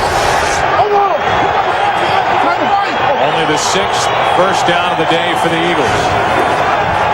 They want to throw it again. Feely lets it go, and incomplete. Peterson defending. And Troy, look at the difference in the play calling of Andy Reid because of the turnover in the field position they got. Every time they were backed up in their own end, Andy was patient enough. He stayed with the run. He was willing to punt the football out of there. But now, because of the turnover by Tiki Barber, they get the ball around midfield, and now they're playing wide open Philadelphia Eagles offense. Brian Westbrook is in the lineup. Eagles have it thanks to a turnover by Tiki Barber. 2nd down and 10, that's Mitchell. Mitchell may lack catches. He certainly doesn't lack confidence. I knew where that was going. No, he doesn't lack confidence at all. This guy, they have tried humbling him for a whole season, and he said he's excited to finally be getting his opportunity to play today and show the fans what he can do. And he's just having to go through a little bit of a growing period, but to get the ball in his hands as they did right there, he's got some athletic ability. Eagles going with the win. Right at the edge of field goal range for David Akers. 3rd and 7. Over the middle, wide open. That's Thrash. Penalty flags on the play. I think there's going to be a pick called on this one. No wonder he was wide open, if that is the call. The Giants were up and bump and run, and almost every time you get in that situation, you're going to see Antonio Freeman. Number 86, offense, 10 yards, repeat 3rd down. Come in and just pick off, I believe that's Will Allen, and allowing Thrash to get wide open. Good call by the officials. Yeah, one of the Eagle players, as we heard, didn't like the call, but that was an easy one to make.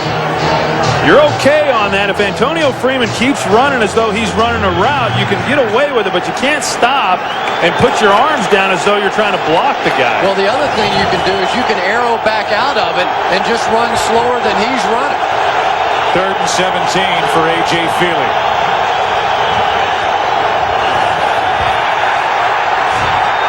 Feely lets it go. Incomplete, and Feely took a hit from Cornelius Griffin as he let it fly. And I'll tell you what, well, you got A.J. Feely on the ground. He took a pretty good hit. He's up now. You see he works up in the pocket. Anytime you start working up, you're going to take a hit. Cornelius Griffin puts it on him, but Omar Stoutmire, the safety, was in perfect position to intercept that ball and just completely misplayed it. I'll tell you what, though, John Runyon's been doing a nice job on Michael Strahan today, his old nemesis. Lee Johnson, this is really his specialty, trying to down the ball inside the 20.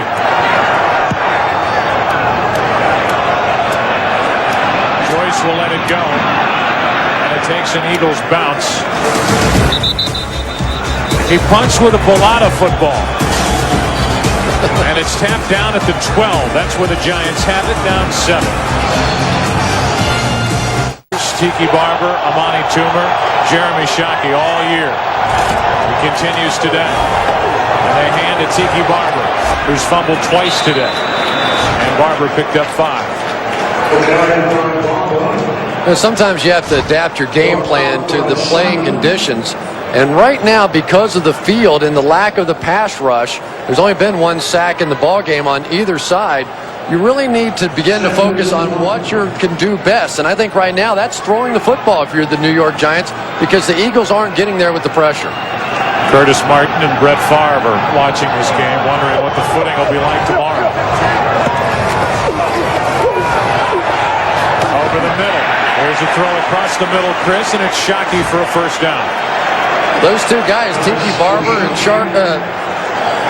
Jeremy Shockey, both just too physically gifted for the linebackers of the Philadelphia Eagles. And it's not an insult to the Eagles guys, because they're pretty athletic as well. But these two guys are just special players in this league, and I don't know why you don't take advantage of it. All the Eagles are doing are just dropping back in zone defenses.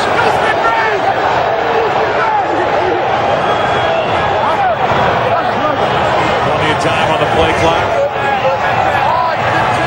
First down for the Giants. Barber with a blocker in front of him. And a good play by the safety up to make the stop. Let's go down to the field and check in with Pam Oliver. All right, Joe, Coach Jim Fossil had some concerns about some of the guys in the secondary slipping a bit too much. He made safety Omar Stoutmire stop by him as he came off the field, and he questioned what kind of cleats he was wearing. Fossil then demanded that the equipment guys change all the cleats that the secondary guys were wearing to try to get some better footing. Back to you. Yeah, and that's what I saw on that play. Omar Stoutmire, if he doesn't slip, he picks up an interception on that previous possession. It was Dawkins who made that last tackle. It's second down and 3. And Barber another chance. Good move. First down, Tiki Barber. Out to the 40.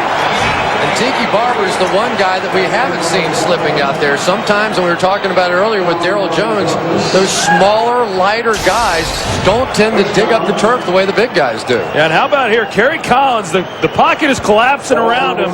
He hangs in there, doesn't step into the throw, gets the ball out to Tiki Barber. Tiki Barber out in open space does what he does best and makes people miss big down. 122 total yards on the day for Barber. Got 8 on that last catch. On first down, Collins hit as he throws. It's up for grabs.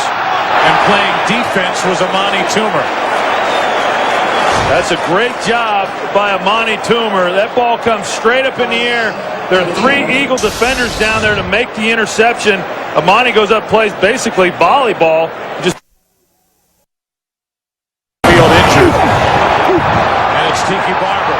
We can't bring him down, and Barber's still going. Forced out of bounds. Just shy of the 20. This play has been tearing up this Eagles defense all day long. Luke Pettigrew on the outside, getting his man pinned and allowing Tiki Barber, who starts initially up the gut and then bounces it to the outside. They've been able to get their offensive lineman out in front, and it's just been there play after play. Yeah, that time they pulled the center, Chris Bober, outside, and this is an athletic offensive lineman, and that's one of the things that they do best is pull and move. They're not quite as good just firing straight off the ball and trying to move big people. Ron Dane has taken off his coat and his muffler and his hat. and now he's in the lineup as we have penalty flags and whistles right at the snap. Delay game, offense, 5 yards, would be first down. Let's go back to that run. Watch Chris Bober come out and pull around, and Luke Pettigrew, pretty good hold there on the outside too on Hugh Douglas, but the officials are letting it go. And Jeremy Shockey also involved in that, creating the lane along with Chris Bober's block. First and 15. Into the end zone, open, incomplete. The ball took off, and Darryl Jones couldn't come down with it. Well, I think Darryl Jones just mistimed it. I think if he runs a few more steps, he's able to make that an easy catch. You're absolutely right, Troy. He got nervous. He tried to jump, but there was no reason to jump. You'd run a couple more steps. Maybe he thought he was closer to the boundary than what he actually was, but here you end up now with a rookie in a key situation. You don't have Ike Hilliard out there. Joe Juravicius is down with the Tampa Bay Buccaneers, and they're reduced to playing with a guy who shouldn't be on the field in this kind of a game. Second down and 15, Tiki Barber. That'll bring up third down. By the way, when Darryl Jones had a catch in the first half, it was the first catch by a wide receiver other than Amani Toomer since Week 13's game against the Washington Redskins. So it's either Toomer or no one else for the New York Giants these days. Yeah, and Amani, he's done a great job of shouldering the load. And now you look at where we're at. 3rd and 7 right now. How big a penalty was that delay of game penalty? And as a quarterback, you could not allow that to happen. Every time you have a delay of game penalty, it is on the quarterback's shoulders. You got to be more aware of it. Now it's 3rd and 7. The Eagles come on a blitz, and the throw hits the back of Shockey and/or Barber, who had the coverage. It's 4th down. And while for the most part the Eagles have been playing a zone defense, we were talking with Kerry Collins last night. He says in every critical situation, we know the Eagles are going to blitz. They blitz there, and for whatever reason, Jeremy Shockey maybe didn't read the blitz, but he's going to have to break that play off because really there's no time at all for Kerry Collins. Simon had pressure, and a 36-yard try now to get the Giants on the board from Matt Bryant. And it's no good. Pushed wide right. So now you have a rookie kicker, Matt Bryant, who misses the field goal. Missing from 36. 25 out of 31 on the season. And no bigger miss than this one here from Matt Bryant. More frustration for New York.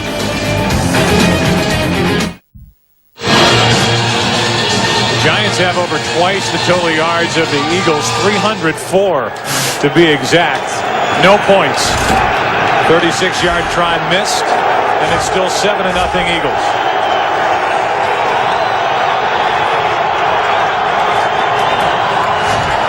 That's Deuce Staley. Room to run, and Staley is out near the 35. After the miss, Jim Fossil had this reaction to his team coming off the field.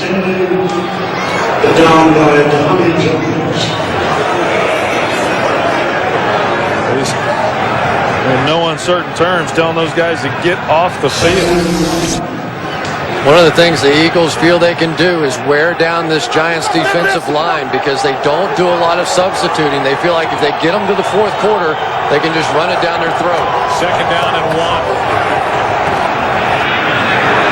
And brought down just shy of a first down. It was Deuce Staley. Tomorrow on America's #1 pregame show, JB, Terry, Howie, and Jimmy get you ready for kickoff. Let's find out who's named the Rookie of the Year, the MVP, and many more on the Terry Bradshaw Awards, the Terry Awards. And our own Jimmy Johnson sits down with Steve Spurrier to review his first year in the NFL. It all begins tomorrow at noon Eastern, 9 a.m. Pacific on Fox. That'll be exciting. The Eagles 1 for 7 on 3rd down. And a throw and a catch by Martin, the fullback. And he's got a first down as he falls forward to the 46. Well, so much for him trying to protect A.J. Feely on 3rd and 1. The Giants really coming. Michael Strahan got a great jump off the block, and I think he thought Cecil Martin was going to help block him, but instead Cecil Martin just slipped past him and went out and just for a real quick, easy little pass. Looks like Sean Williams unable to make the cut back to stay with Martin. From their own 46. Leading by 7. Feely's going to dump it off at a screen. And Lemons had a ton of room, but didn't have the football. And things are getting a little bit physical down on the lower part here. Will Peterson and Freddie Mitchell. Freddie Mitchell comes right off the ball, immediately starts blocking because of the screen. These two getting in it. Watch John Runyon just fall down on this screen pass. I don't think it was intentional. He just got tripped. Michael Strahan came in and got a good shot on Feely, but fortunately for him, it was a screen. Brett Favre imitation at the end. That's Lemons. Bounces it outside. And Dorsey's brought down just inside the Giant 49 by Strahan. Getting to be a pretty key part of the ball game right now for the Giants on the defensive side. They played a great game today, but they really need to force a punt right here and get the ball back to the offense without this field position changing too much.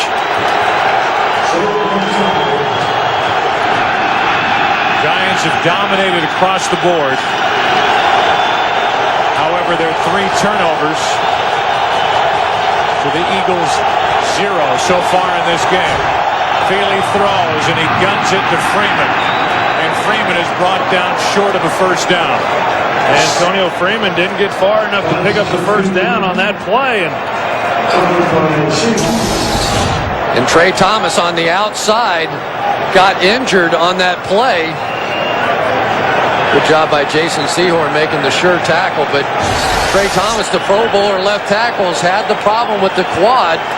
And if he can't go, it may really open things up for this pass rush. Yeah, nice job by Jason Sehorn making the tackle, keeping Antonio from getting the first down. Bad job by Antonio Freeman not knowing where the markers were.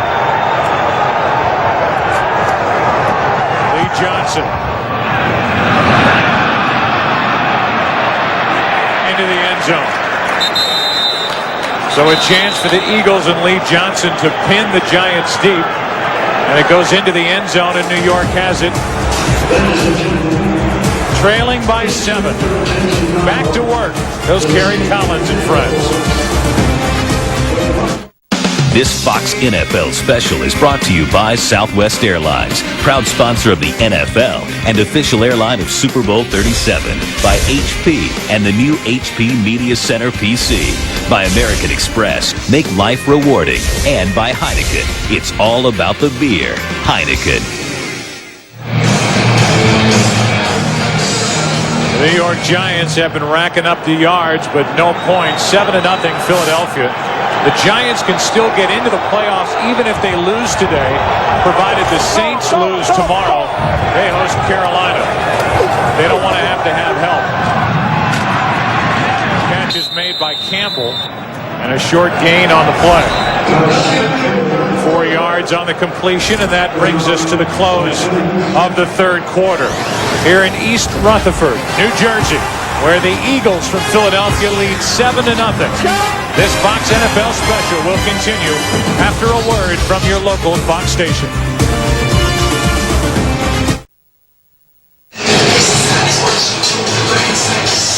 For the last few generations of fans in this rivalry have been taught one history lesson after another. Teams of bygone eras, the Giants and Eagles matching up. This one's 7-0 after 3 quarters, and Collins off his back foot finds Tiki Barber, who's brought down 2 yards shy of a first down. 3rd down coming up. The miscues today. The interception by Michael Lewis. Then the touchdown that wasn't called back because of a hold on Rosenthal, if he called it best. And 2 fumbles by Tiki Barber, 1 in the red zone, 1 at midfield. Eventually the Giants got it back, but Bryant missed a 36-yard field goal try. And I think the Eagles are developing a new young star in their safety, Michael Lewis. He's a guy that would have been a #1 pick, but for a heart condition, well, what a game he's had today. That's Shockey, first down. Emmons with a quick tackle, but not before Shockey picks up 5.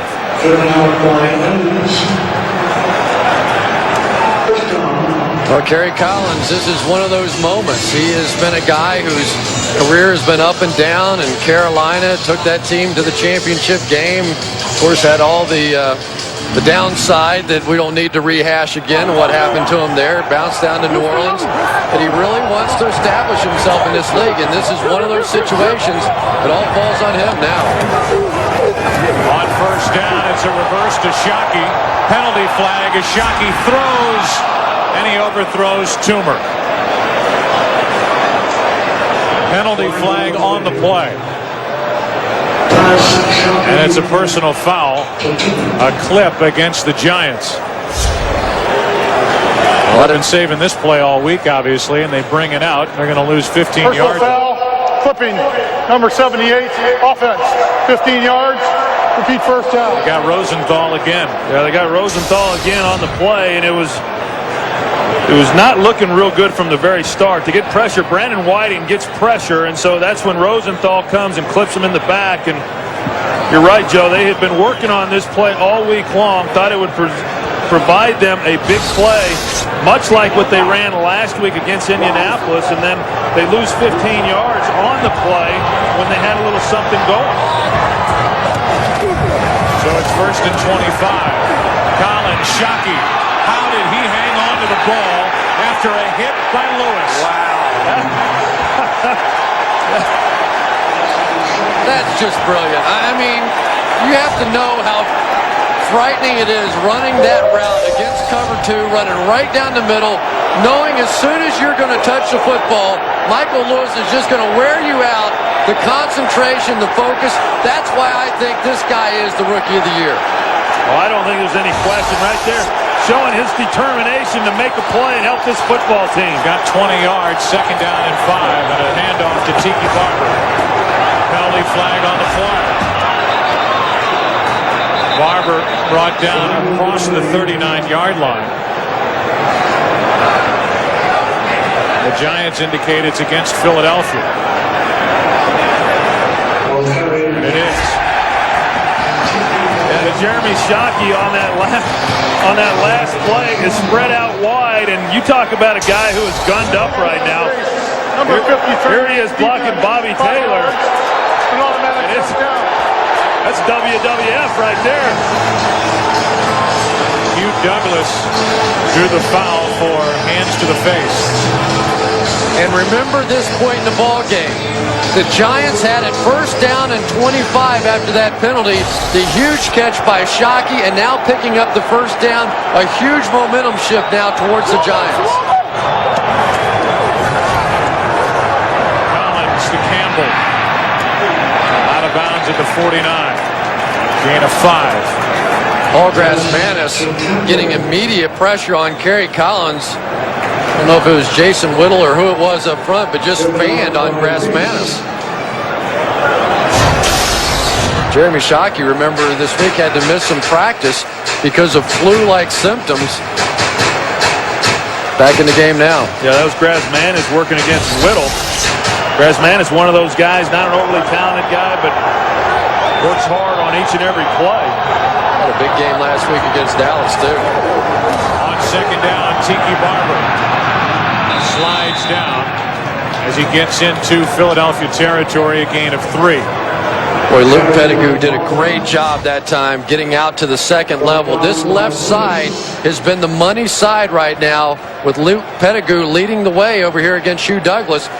And Douglas really got the better of him in the first game, but Pettigrew's been playing awfully well here so far. Well, I think in that first game, a lot of these defensive players for the Eagles got the better of this Giants offensive line. They've just grown leaps and bounds since that game and playing with much more confidence, and it's evident here today. Big third down for New York. Penalty flag. Philly may have come across too early. The pass was complete to Shockey, but if it's against the Eagles, it'll be a first down. And give a little credit to Kerry Collins coming out with the hard counts in the key situation. Third down. I don't believe that Shockey had the first down. Offside, 98 defense.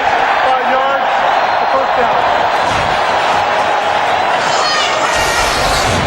And Brandon Whiting on the outside, probably the smartest guy on this football team, with a huge mistake there. Well, and you're seeing things start to heat up with Jeremy Shockey and these defensive secondary players for the Eagles. If you remember, going into that first ball game, Jeremy Shockey said that the Eagles secondary was overrated. 3 of those 4 players have gone on to make the Pro Bowl. But it's pretty intense between this group right now. Shockey limping around a little bit as he lines up. And the Giants are going to throw on first down. Penalty flag on the play. Tuma into the end zone. But again, a penalty flag on the play, and it's coming back. Another hold will negate a touchdown. Holding number 69 offense. 10 yards, repeat first down. That's left guard Rich Seibert.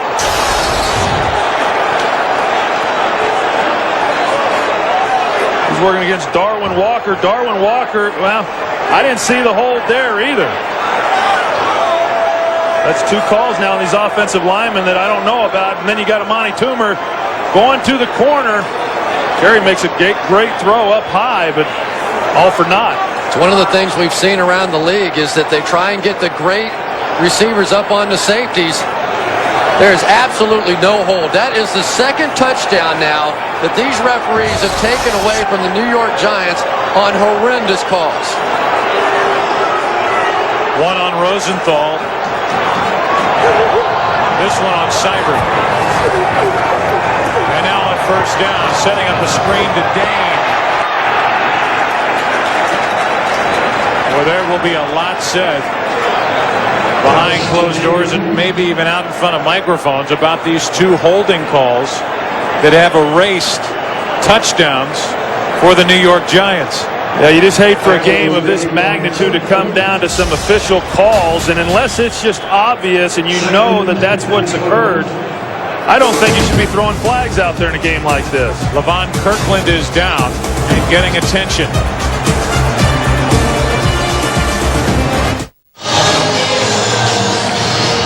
Seven to nothing. Philadelphia still on top.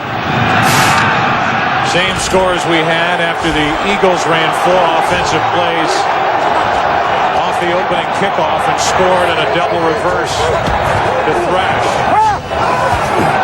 Penalty flag yet again. Catch is made by Barber, but there's a flag on the play. Barber has enough for a first down, but they've thrown another marker.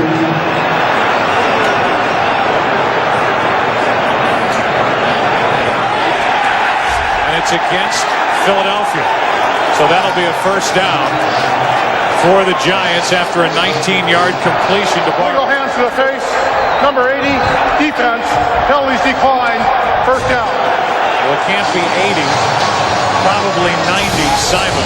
Well, on this last play, it was a 2-man route. Kerry Collins wanted to go down the field. Nothing there, but Tiki Barber comes out late. He's able to get the ball into his hands. Big first down. Once again, they've overcome a long down situation to get first down and 10. Tiki Barber waiting for a block. And a nice pickup on first down. Let's go back to the hold called on Seibert that erased the touchdown. See if there was any grabbing of the arm or the jersey as Darwin Walker starts to slip away. Is there a pull down? You know what? To me, this is championship caliber football, and typically the officials try and stay out of it. Was there a little? To me, that's a call you don't make. You just don't make that call in this game. I think what happens sometimes these guys are slipping, and it looks like a hold to the officials. On second down and 3, Barber has a first down to the 9. Right right now, Tiki Barber is doing a great job of setting up his blocks and taking advantage of the guys out in front of him. Monty Toomer comes down inside, cracks right there on Brian Dawkins, allows Tiki Barber to get outside. Tiki doing a nice job of running with the football, following his blockers, seeing his holes, and better yet, covering up the football at contact. Fourth time inside the red zone. First 3 trips have been frustrating for the Giants. That's Dane. He gets it down to the 7, a gain of 2. 2nd and goal coming up.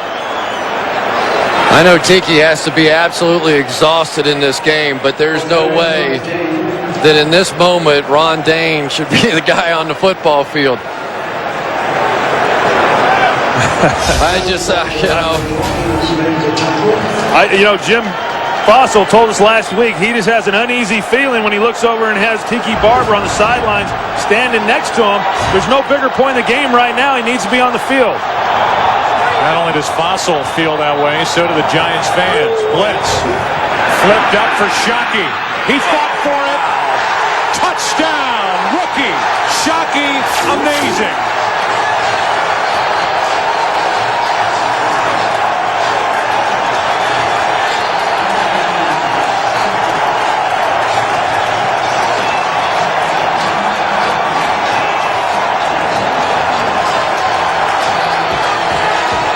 There was any doubt before, there is no more. There is your Rookie of the Year, Jeremy Shockey. Brian Dawkins has the interception, has it right in his hands, and Shockey just takes it away from him. What a phenomenal play in a clutch situation by Jeremy Shockey.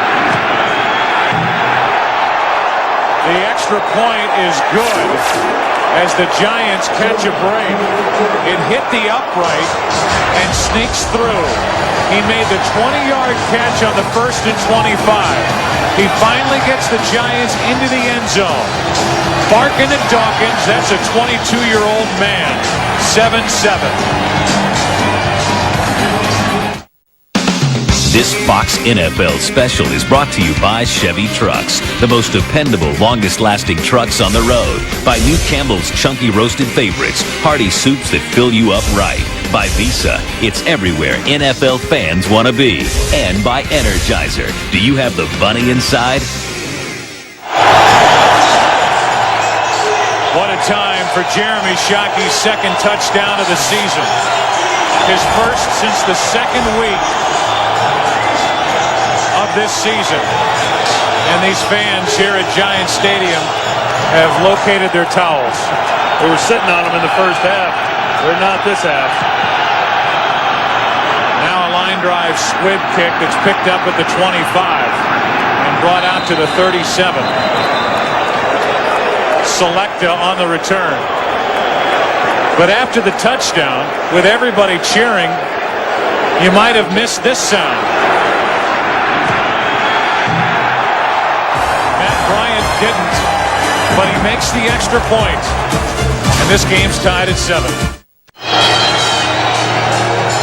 Well, this crowd's going crazy, and now the question is, A.J. Feely, what have you got?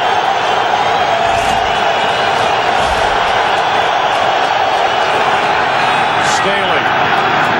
Good run by Deuce Staley as he crosses the 40. More exciting football, you would think, coming up from this stadium tomorrow. Brett Favre and the Packers, Chad Pennington and the Jets with playoff hopes still alive.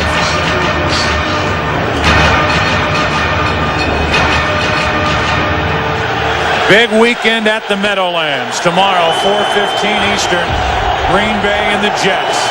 2nd down and 6 for the Eagles.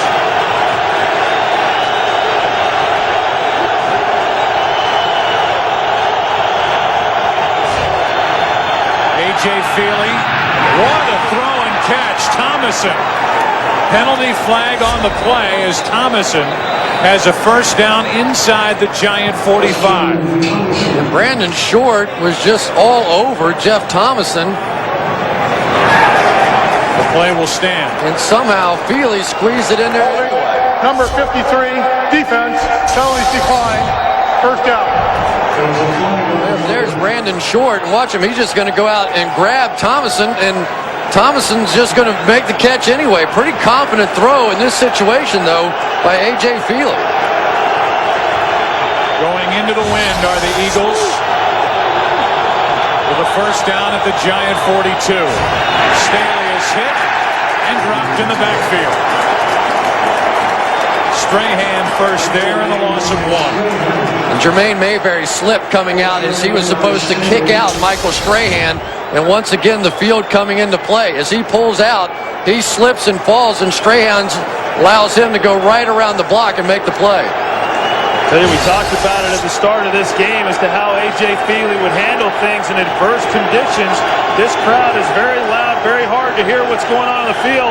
You see A.J. communicating things. He has handled things very well on this drive. Play action, screen play. Well played by Dhani Jones.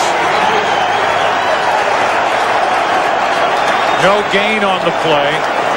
And now it's 3rd and long, and again another chance for A.J. Feely.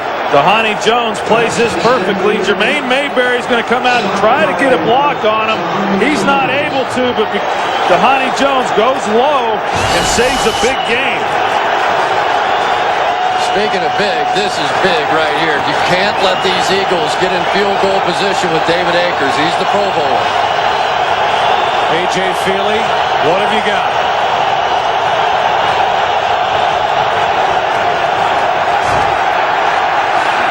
Tipped, incomplete. And that was big Cornelius Griffin dropping back to get a hand on that throw.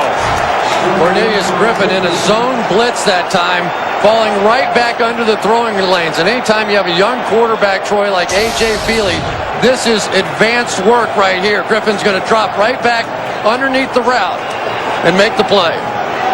And it looked like he was going to Freddie Mitchell on the play, and he had him. Excuse me, it's Antonio Freeman. He had him for the first down. What a play by Griffin. And now Lee Johnson. Good punt by Johnson. As that ball's down to the 7. And in a 7-7 game with a ball at the 7. 5:17 left, and the Giants take over. This Fox NFL special is brought to you by XXX. Own it December 31st on DVD.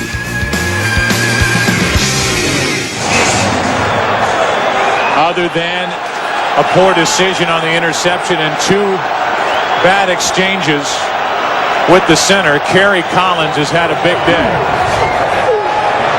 And he adds to his numbers with a completion to Barber.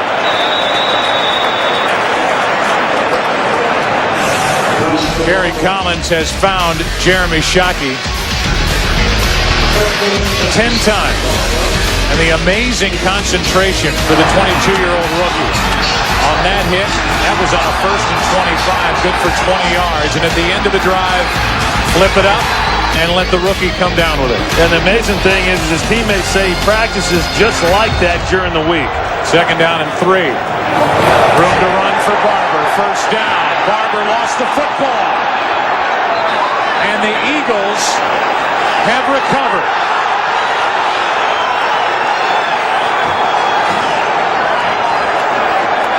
You have got to be kidding me. 3rd fumble of the day from Tiki Barber, and Michael Lewis comes away with a football. Well, let's see if anything hits down. Wrist, elbow, knee. That one is much closer than the other one. Yeah, and they didn't. Brian Dawkins is the one who came in and got it out. He leads the Eagles in forced fumbles, but he didn't even get his hand on the ball. That's a fumble again, and Brian Dawkins knocking that one out of the grasp of Tiki Barber. The runner fumbled the ball, was recovered by Philadelphia. New York is challenging the ruling. Now, if they lose on this challenge, the Giants will be left with only 1 timeout, and the Eagles will have the ball first down at the New York 26. And I don't know if I agree with that challenge. After you look at the play, I think it's pretty cut and dry that the ball did come out before the knee was down. And now you have to look at this situation. that when you get the football back, if you lose this challenge, you're going to be down to one timeout as you make the move for the final drive. Well, considering the fact that Tiki Barber had already had 2 fumbles in this game, the arm comes in on the shoulder, doesn't even get a hold of the ball.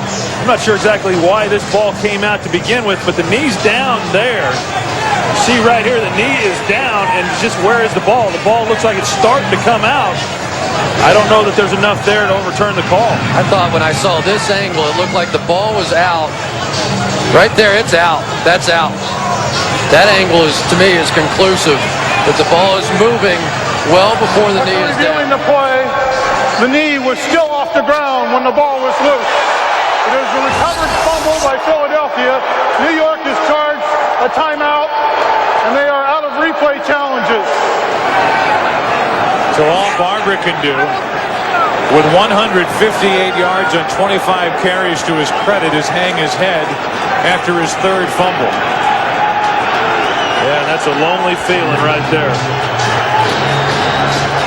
Well, the hard part now is for Tiki Barber. He has to get his head back in the football game because they're going to get it back, and he's going to have to be a big part of that final drive. 2 challenges that have cost the Giants 2 timeouts in this half. 4:34 to play, and Staley gets to the edge and gets to the 20. They mark him down just shy of the 19-yard line. And Staley doing a nice job of staying in bounds and keeping the clock running. Well, Troy, that really is the key, because now with only 1 timeout left for the Giants, if you can eat up a couple of first downs and take maybe a couple minutes off that clock, going to be awfully tough for the Giants, even if they do get it back. David Akers headed to the Pro Bowl, getting loose.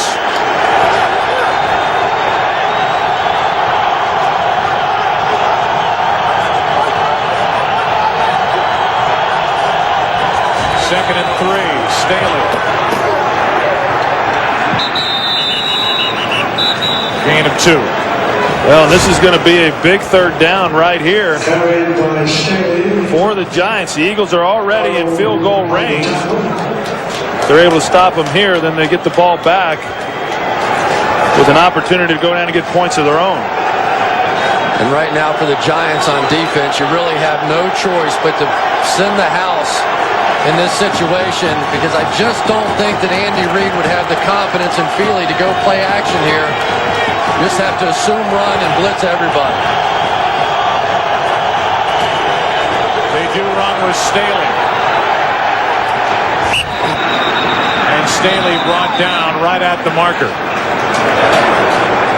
Eagles indicating it's a 1st down, and if it is, with the clock continuing to run, and now they're going to stop the clock and bring the chains out to measure.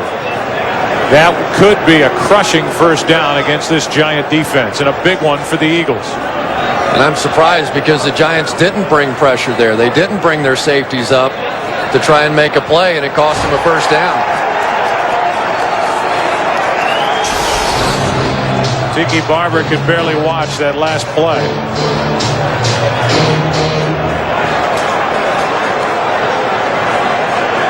So a career-high day on the ground in rushing yardage. 157 to be exact. But 3 fumbles.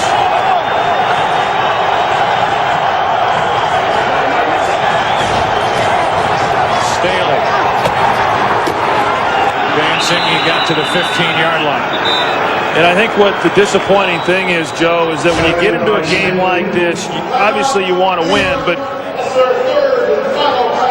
you want to give your best effort. And so far today for this Giants team, this has not been their best effort.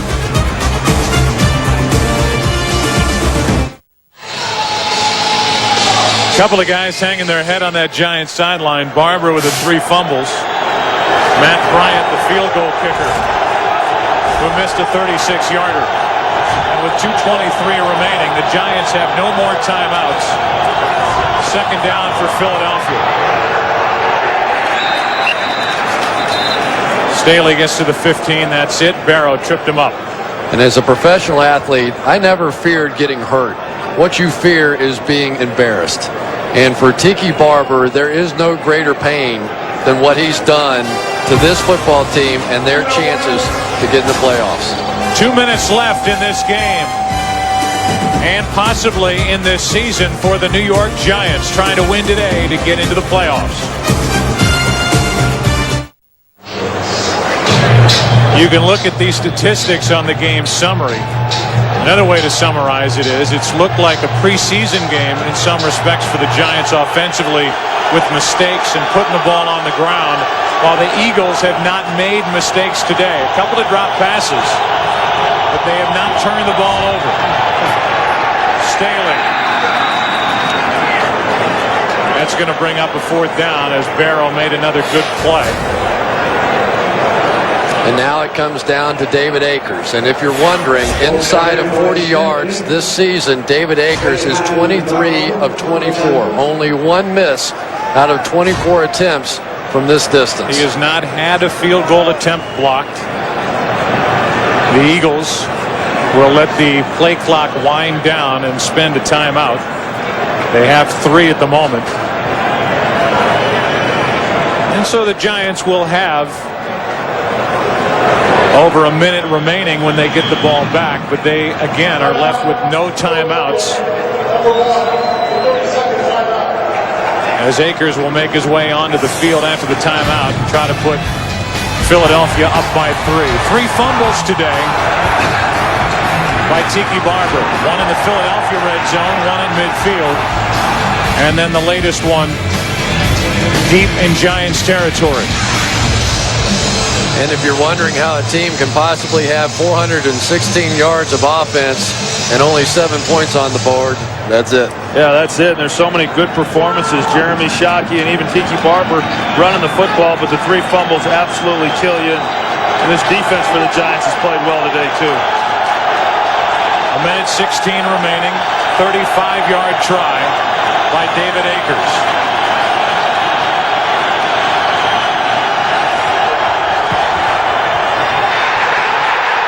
No good.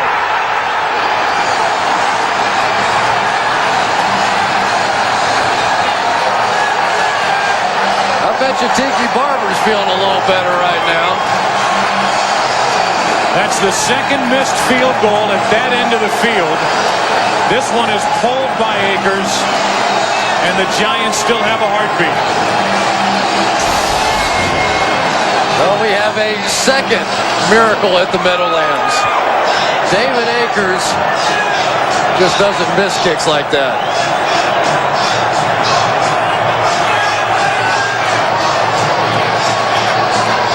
The confident rookie. Shocked. Wow. I think everybody on that sidelines was shocked. As Cris pointed out, David Akers just does not miss from that range. The Jimmy Hoffa end of the field has been unkind to the field goal kickers, and Tiki Barber gets a reprieve. You know, now we're going the other way, and for the New York Giants, their kicker has to be a bit of a basket case right now, Matt Bryant. Not only did he miss the field goal and then doink the extra point. Well, they're wasting time right now at the line of scrimmage getting this call out. Like they were unprepared. Left with no timeout. Shockey is overthrown, and that'll stop the clock with 41 seconds remaining. Don't forget the miss by Matt Bryant.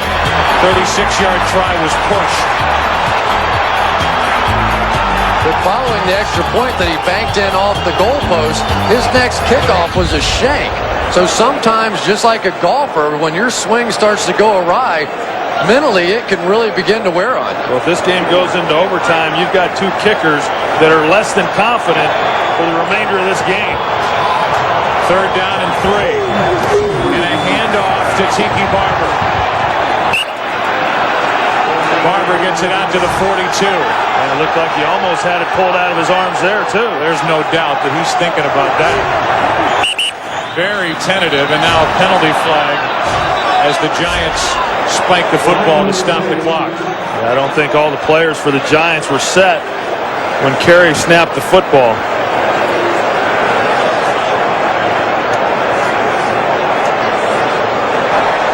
Ball start. number 77 was not set when the ball was snapped. It's a 5-yard penalty. It also includes a 10-second runoff. Please set the clock to 17 seconds and start it on my signal. Because in essence, the penalty stopped the running clock. It's a 10-second runoff. Luke Pettigrew simply reshifted his foot right out here, and that was the penalty. This clock will start as soon as the official blows the whistle, so the Giants are up at the line trying to get everything out so they can hike it right after they start the clock.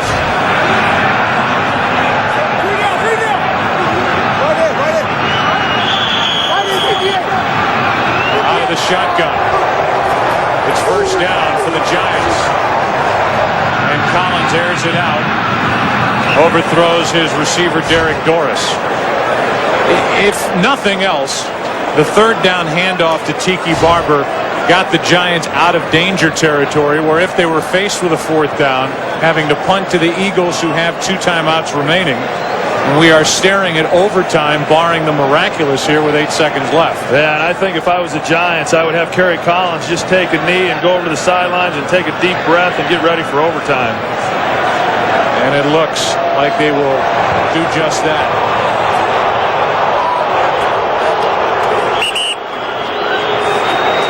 The Eagles could spend a timeout if they wish, but they'll let it wind down, and this game will play on. The Giants hope to play on after this game, and the incredible season for Andy Reid and the Philadelphia Eagles, trying to win their 13th game for the first time in franchise history, will go to overtime.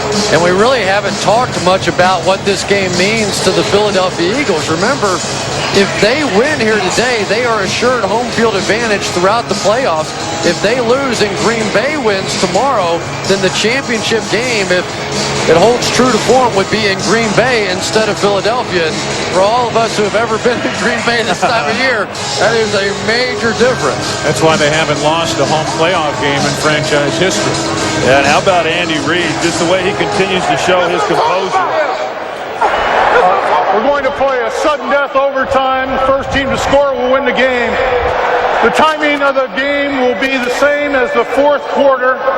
First team to score wins. If nobody wins at the end of 15 minutes, the game will end in a tie. Each team will be allowed 2 team timeouts. Good. Here we go. Philadelphia on here. Here's the coin again. Helmets are heads. Logos tails. What do you want? Heads is called. Heads it is. Philadelphia wants the ball. Let's go. You want to go just the way you are. Good luck. So the Eagles win the all-important coin flip, and they will get the ball to start the overtime.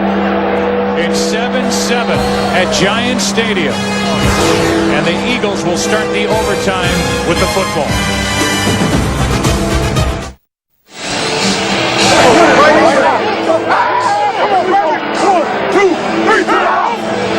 Just so you know, a tie really helps neither team. The only team it would help would be the Atlanta Falcons. If the Giants end up in a tie, it does not help their situation, but it puts Atlanta in the playoffs. First smile I've seen from Tiki Barber all afternoon. First deep breath he's taking. Bryant slipped as he kicked that football. And this is Mitchell, one of the best ever. Mitchell still on his feet, and great field position for the Eagles out at the 45. That is what has made this Eagles team so good all season long. Not only can they beat you with the offense, they can beat you with the defense. And then Brian Mitchell, one of the great return guys in the history of this game, in the clutch, performing again. Yeah, John Harbaugh has done a great job with his special teams unit. And the special teams were a good unit until Brian Mitchell got on this squad, and he turned them into a great unit. You see Bryant slipping on the kickoff, starting from their own 45.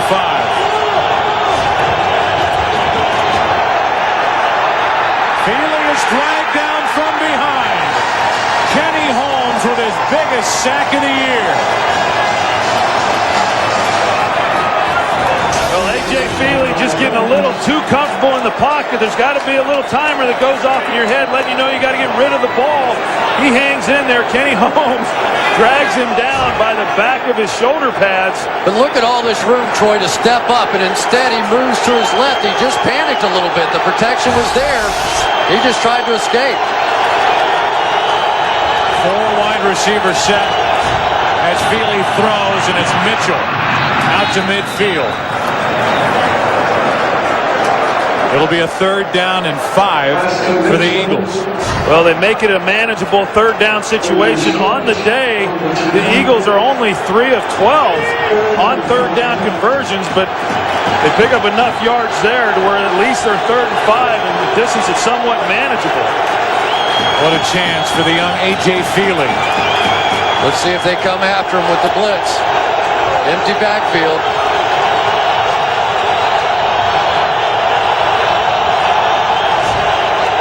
On 3rd and 5, Feely fires. It's tipped and it's picked off by Williams. Feely's looking for a flag, and they won't get it. I agree with Feely. I thought Brandon Short either hooked the face mask or pulled something. It looked like pass interference to me.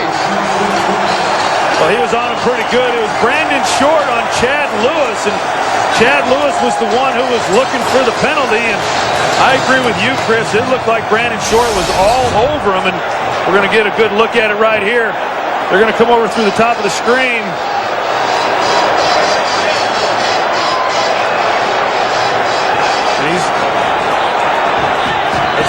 It's pretty doggone close. I mean, you can't hook a guy like that when he's trying to move to his right for the football. Tiki Barber tiptoeing to his right.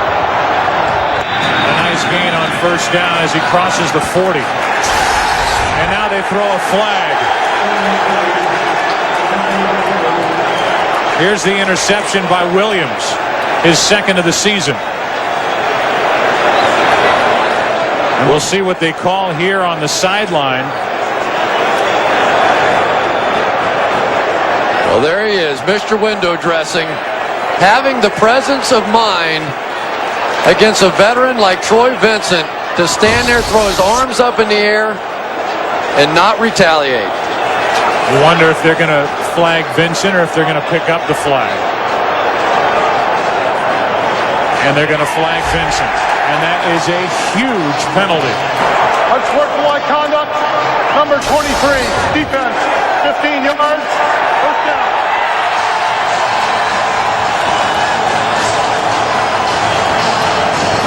You can see the official, 22, looking at the end of the play. Wasn't looking at it until the shove by Vincent. And that's a big 15-yard penalty to put the ball just outside the Philadelphia 41. Again, the Giants win today, and they're in the playoffs. Barber. He gets it to the 36.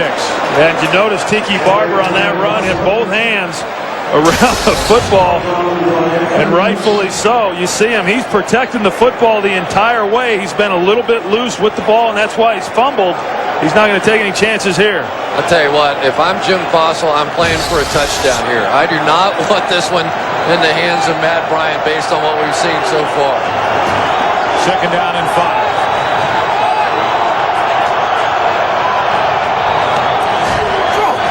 Barber. 1st down and more.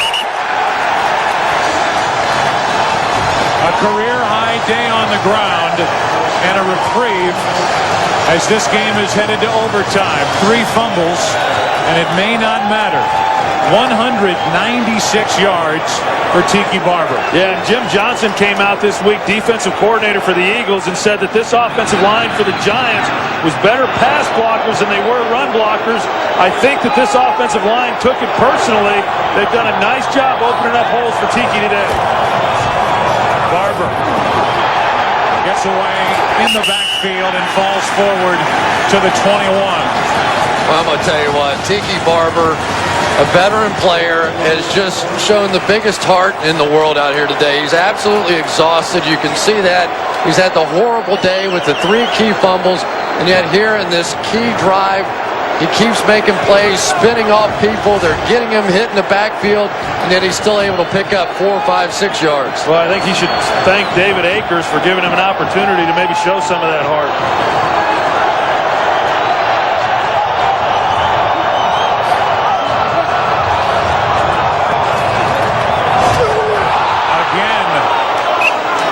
The ball ends up on the ground, and Barber falls on top of it.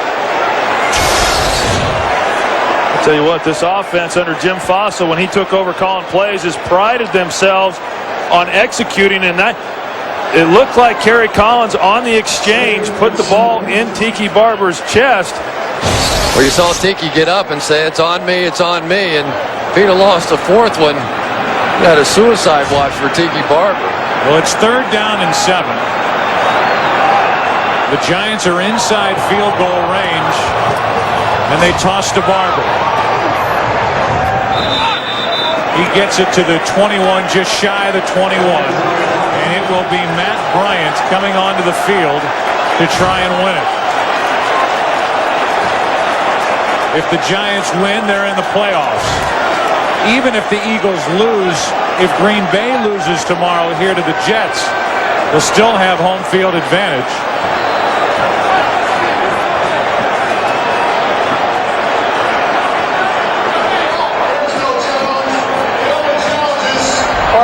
Initiated by the replay booth in overtime.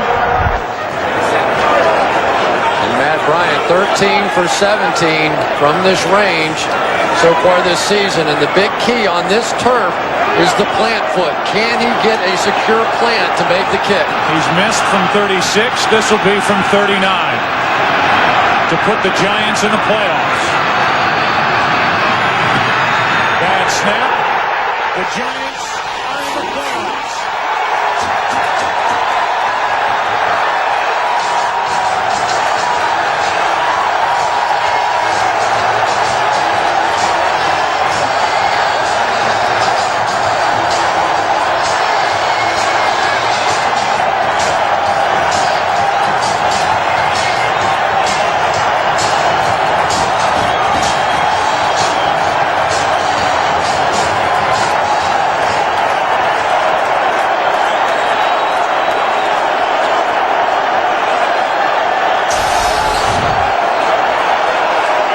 Good job by the holder, Matt Allen, to take the snap off his hip and get it down. And give a lot of credit to Matt Bryant. Here's a guy that was just having an awfully tough day. The missed field goal, barely made the extra point, and with the season in the balance, Matt Bryant drills it right down the middle.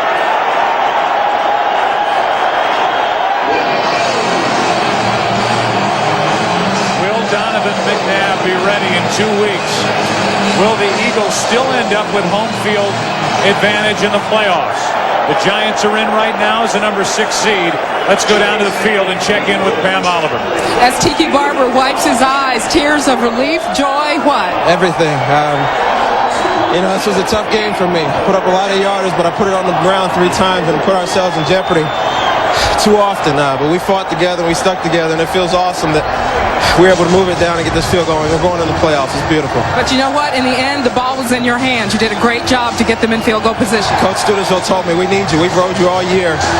We need you to step up and be something on this last drive. We're going to keep giving it to you. And they did. And I came through for them. It makes me feel great.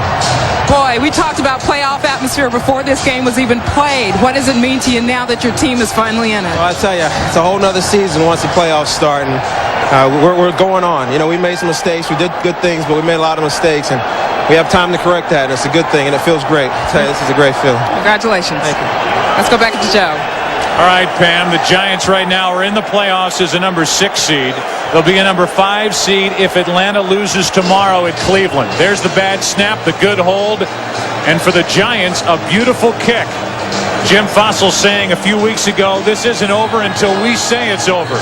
It's over, and the Giants are in the playoffs.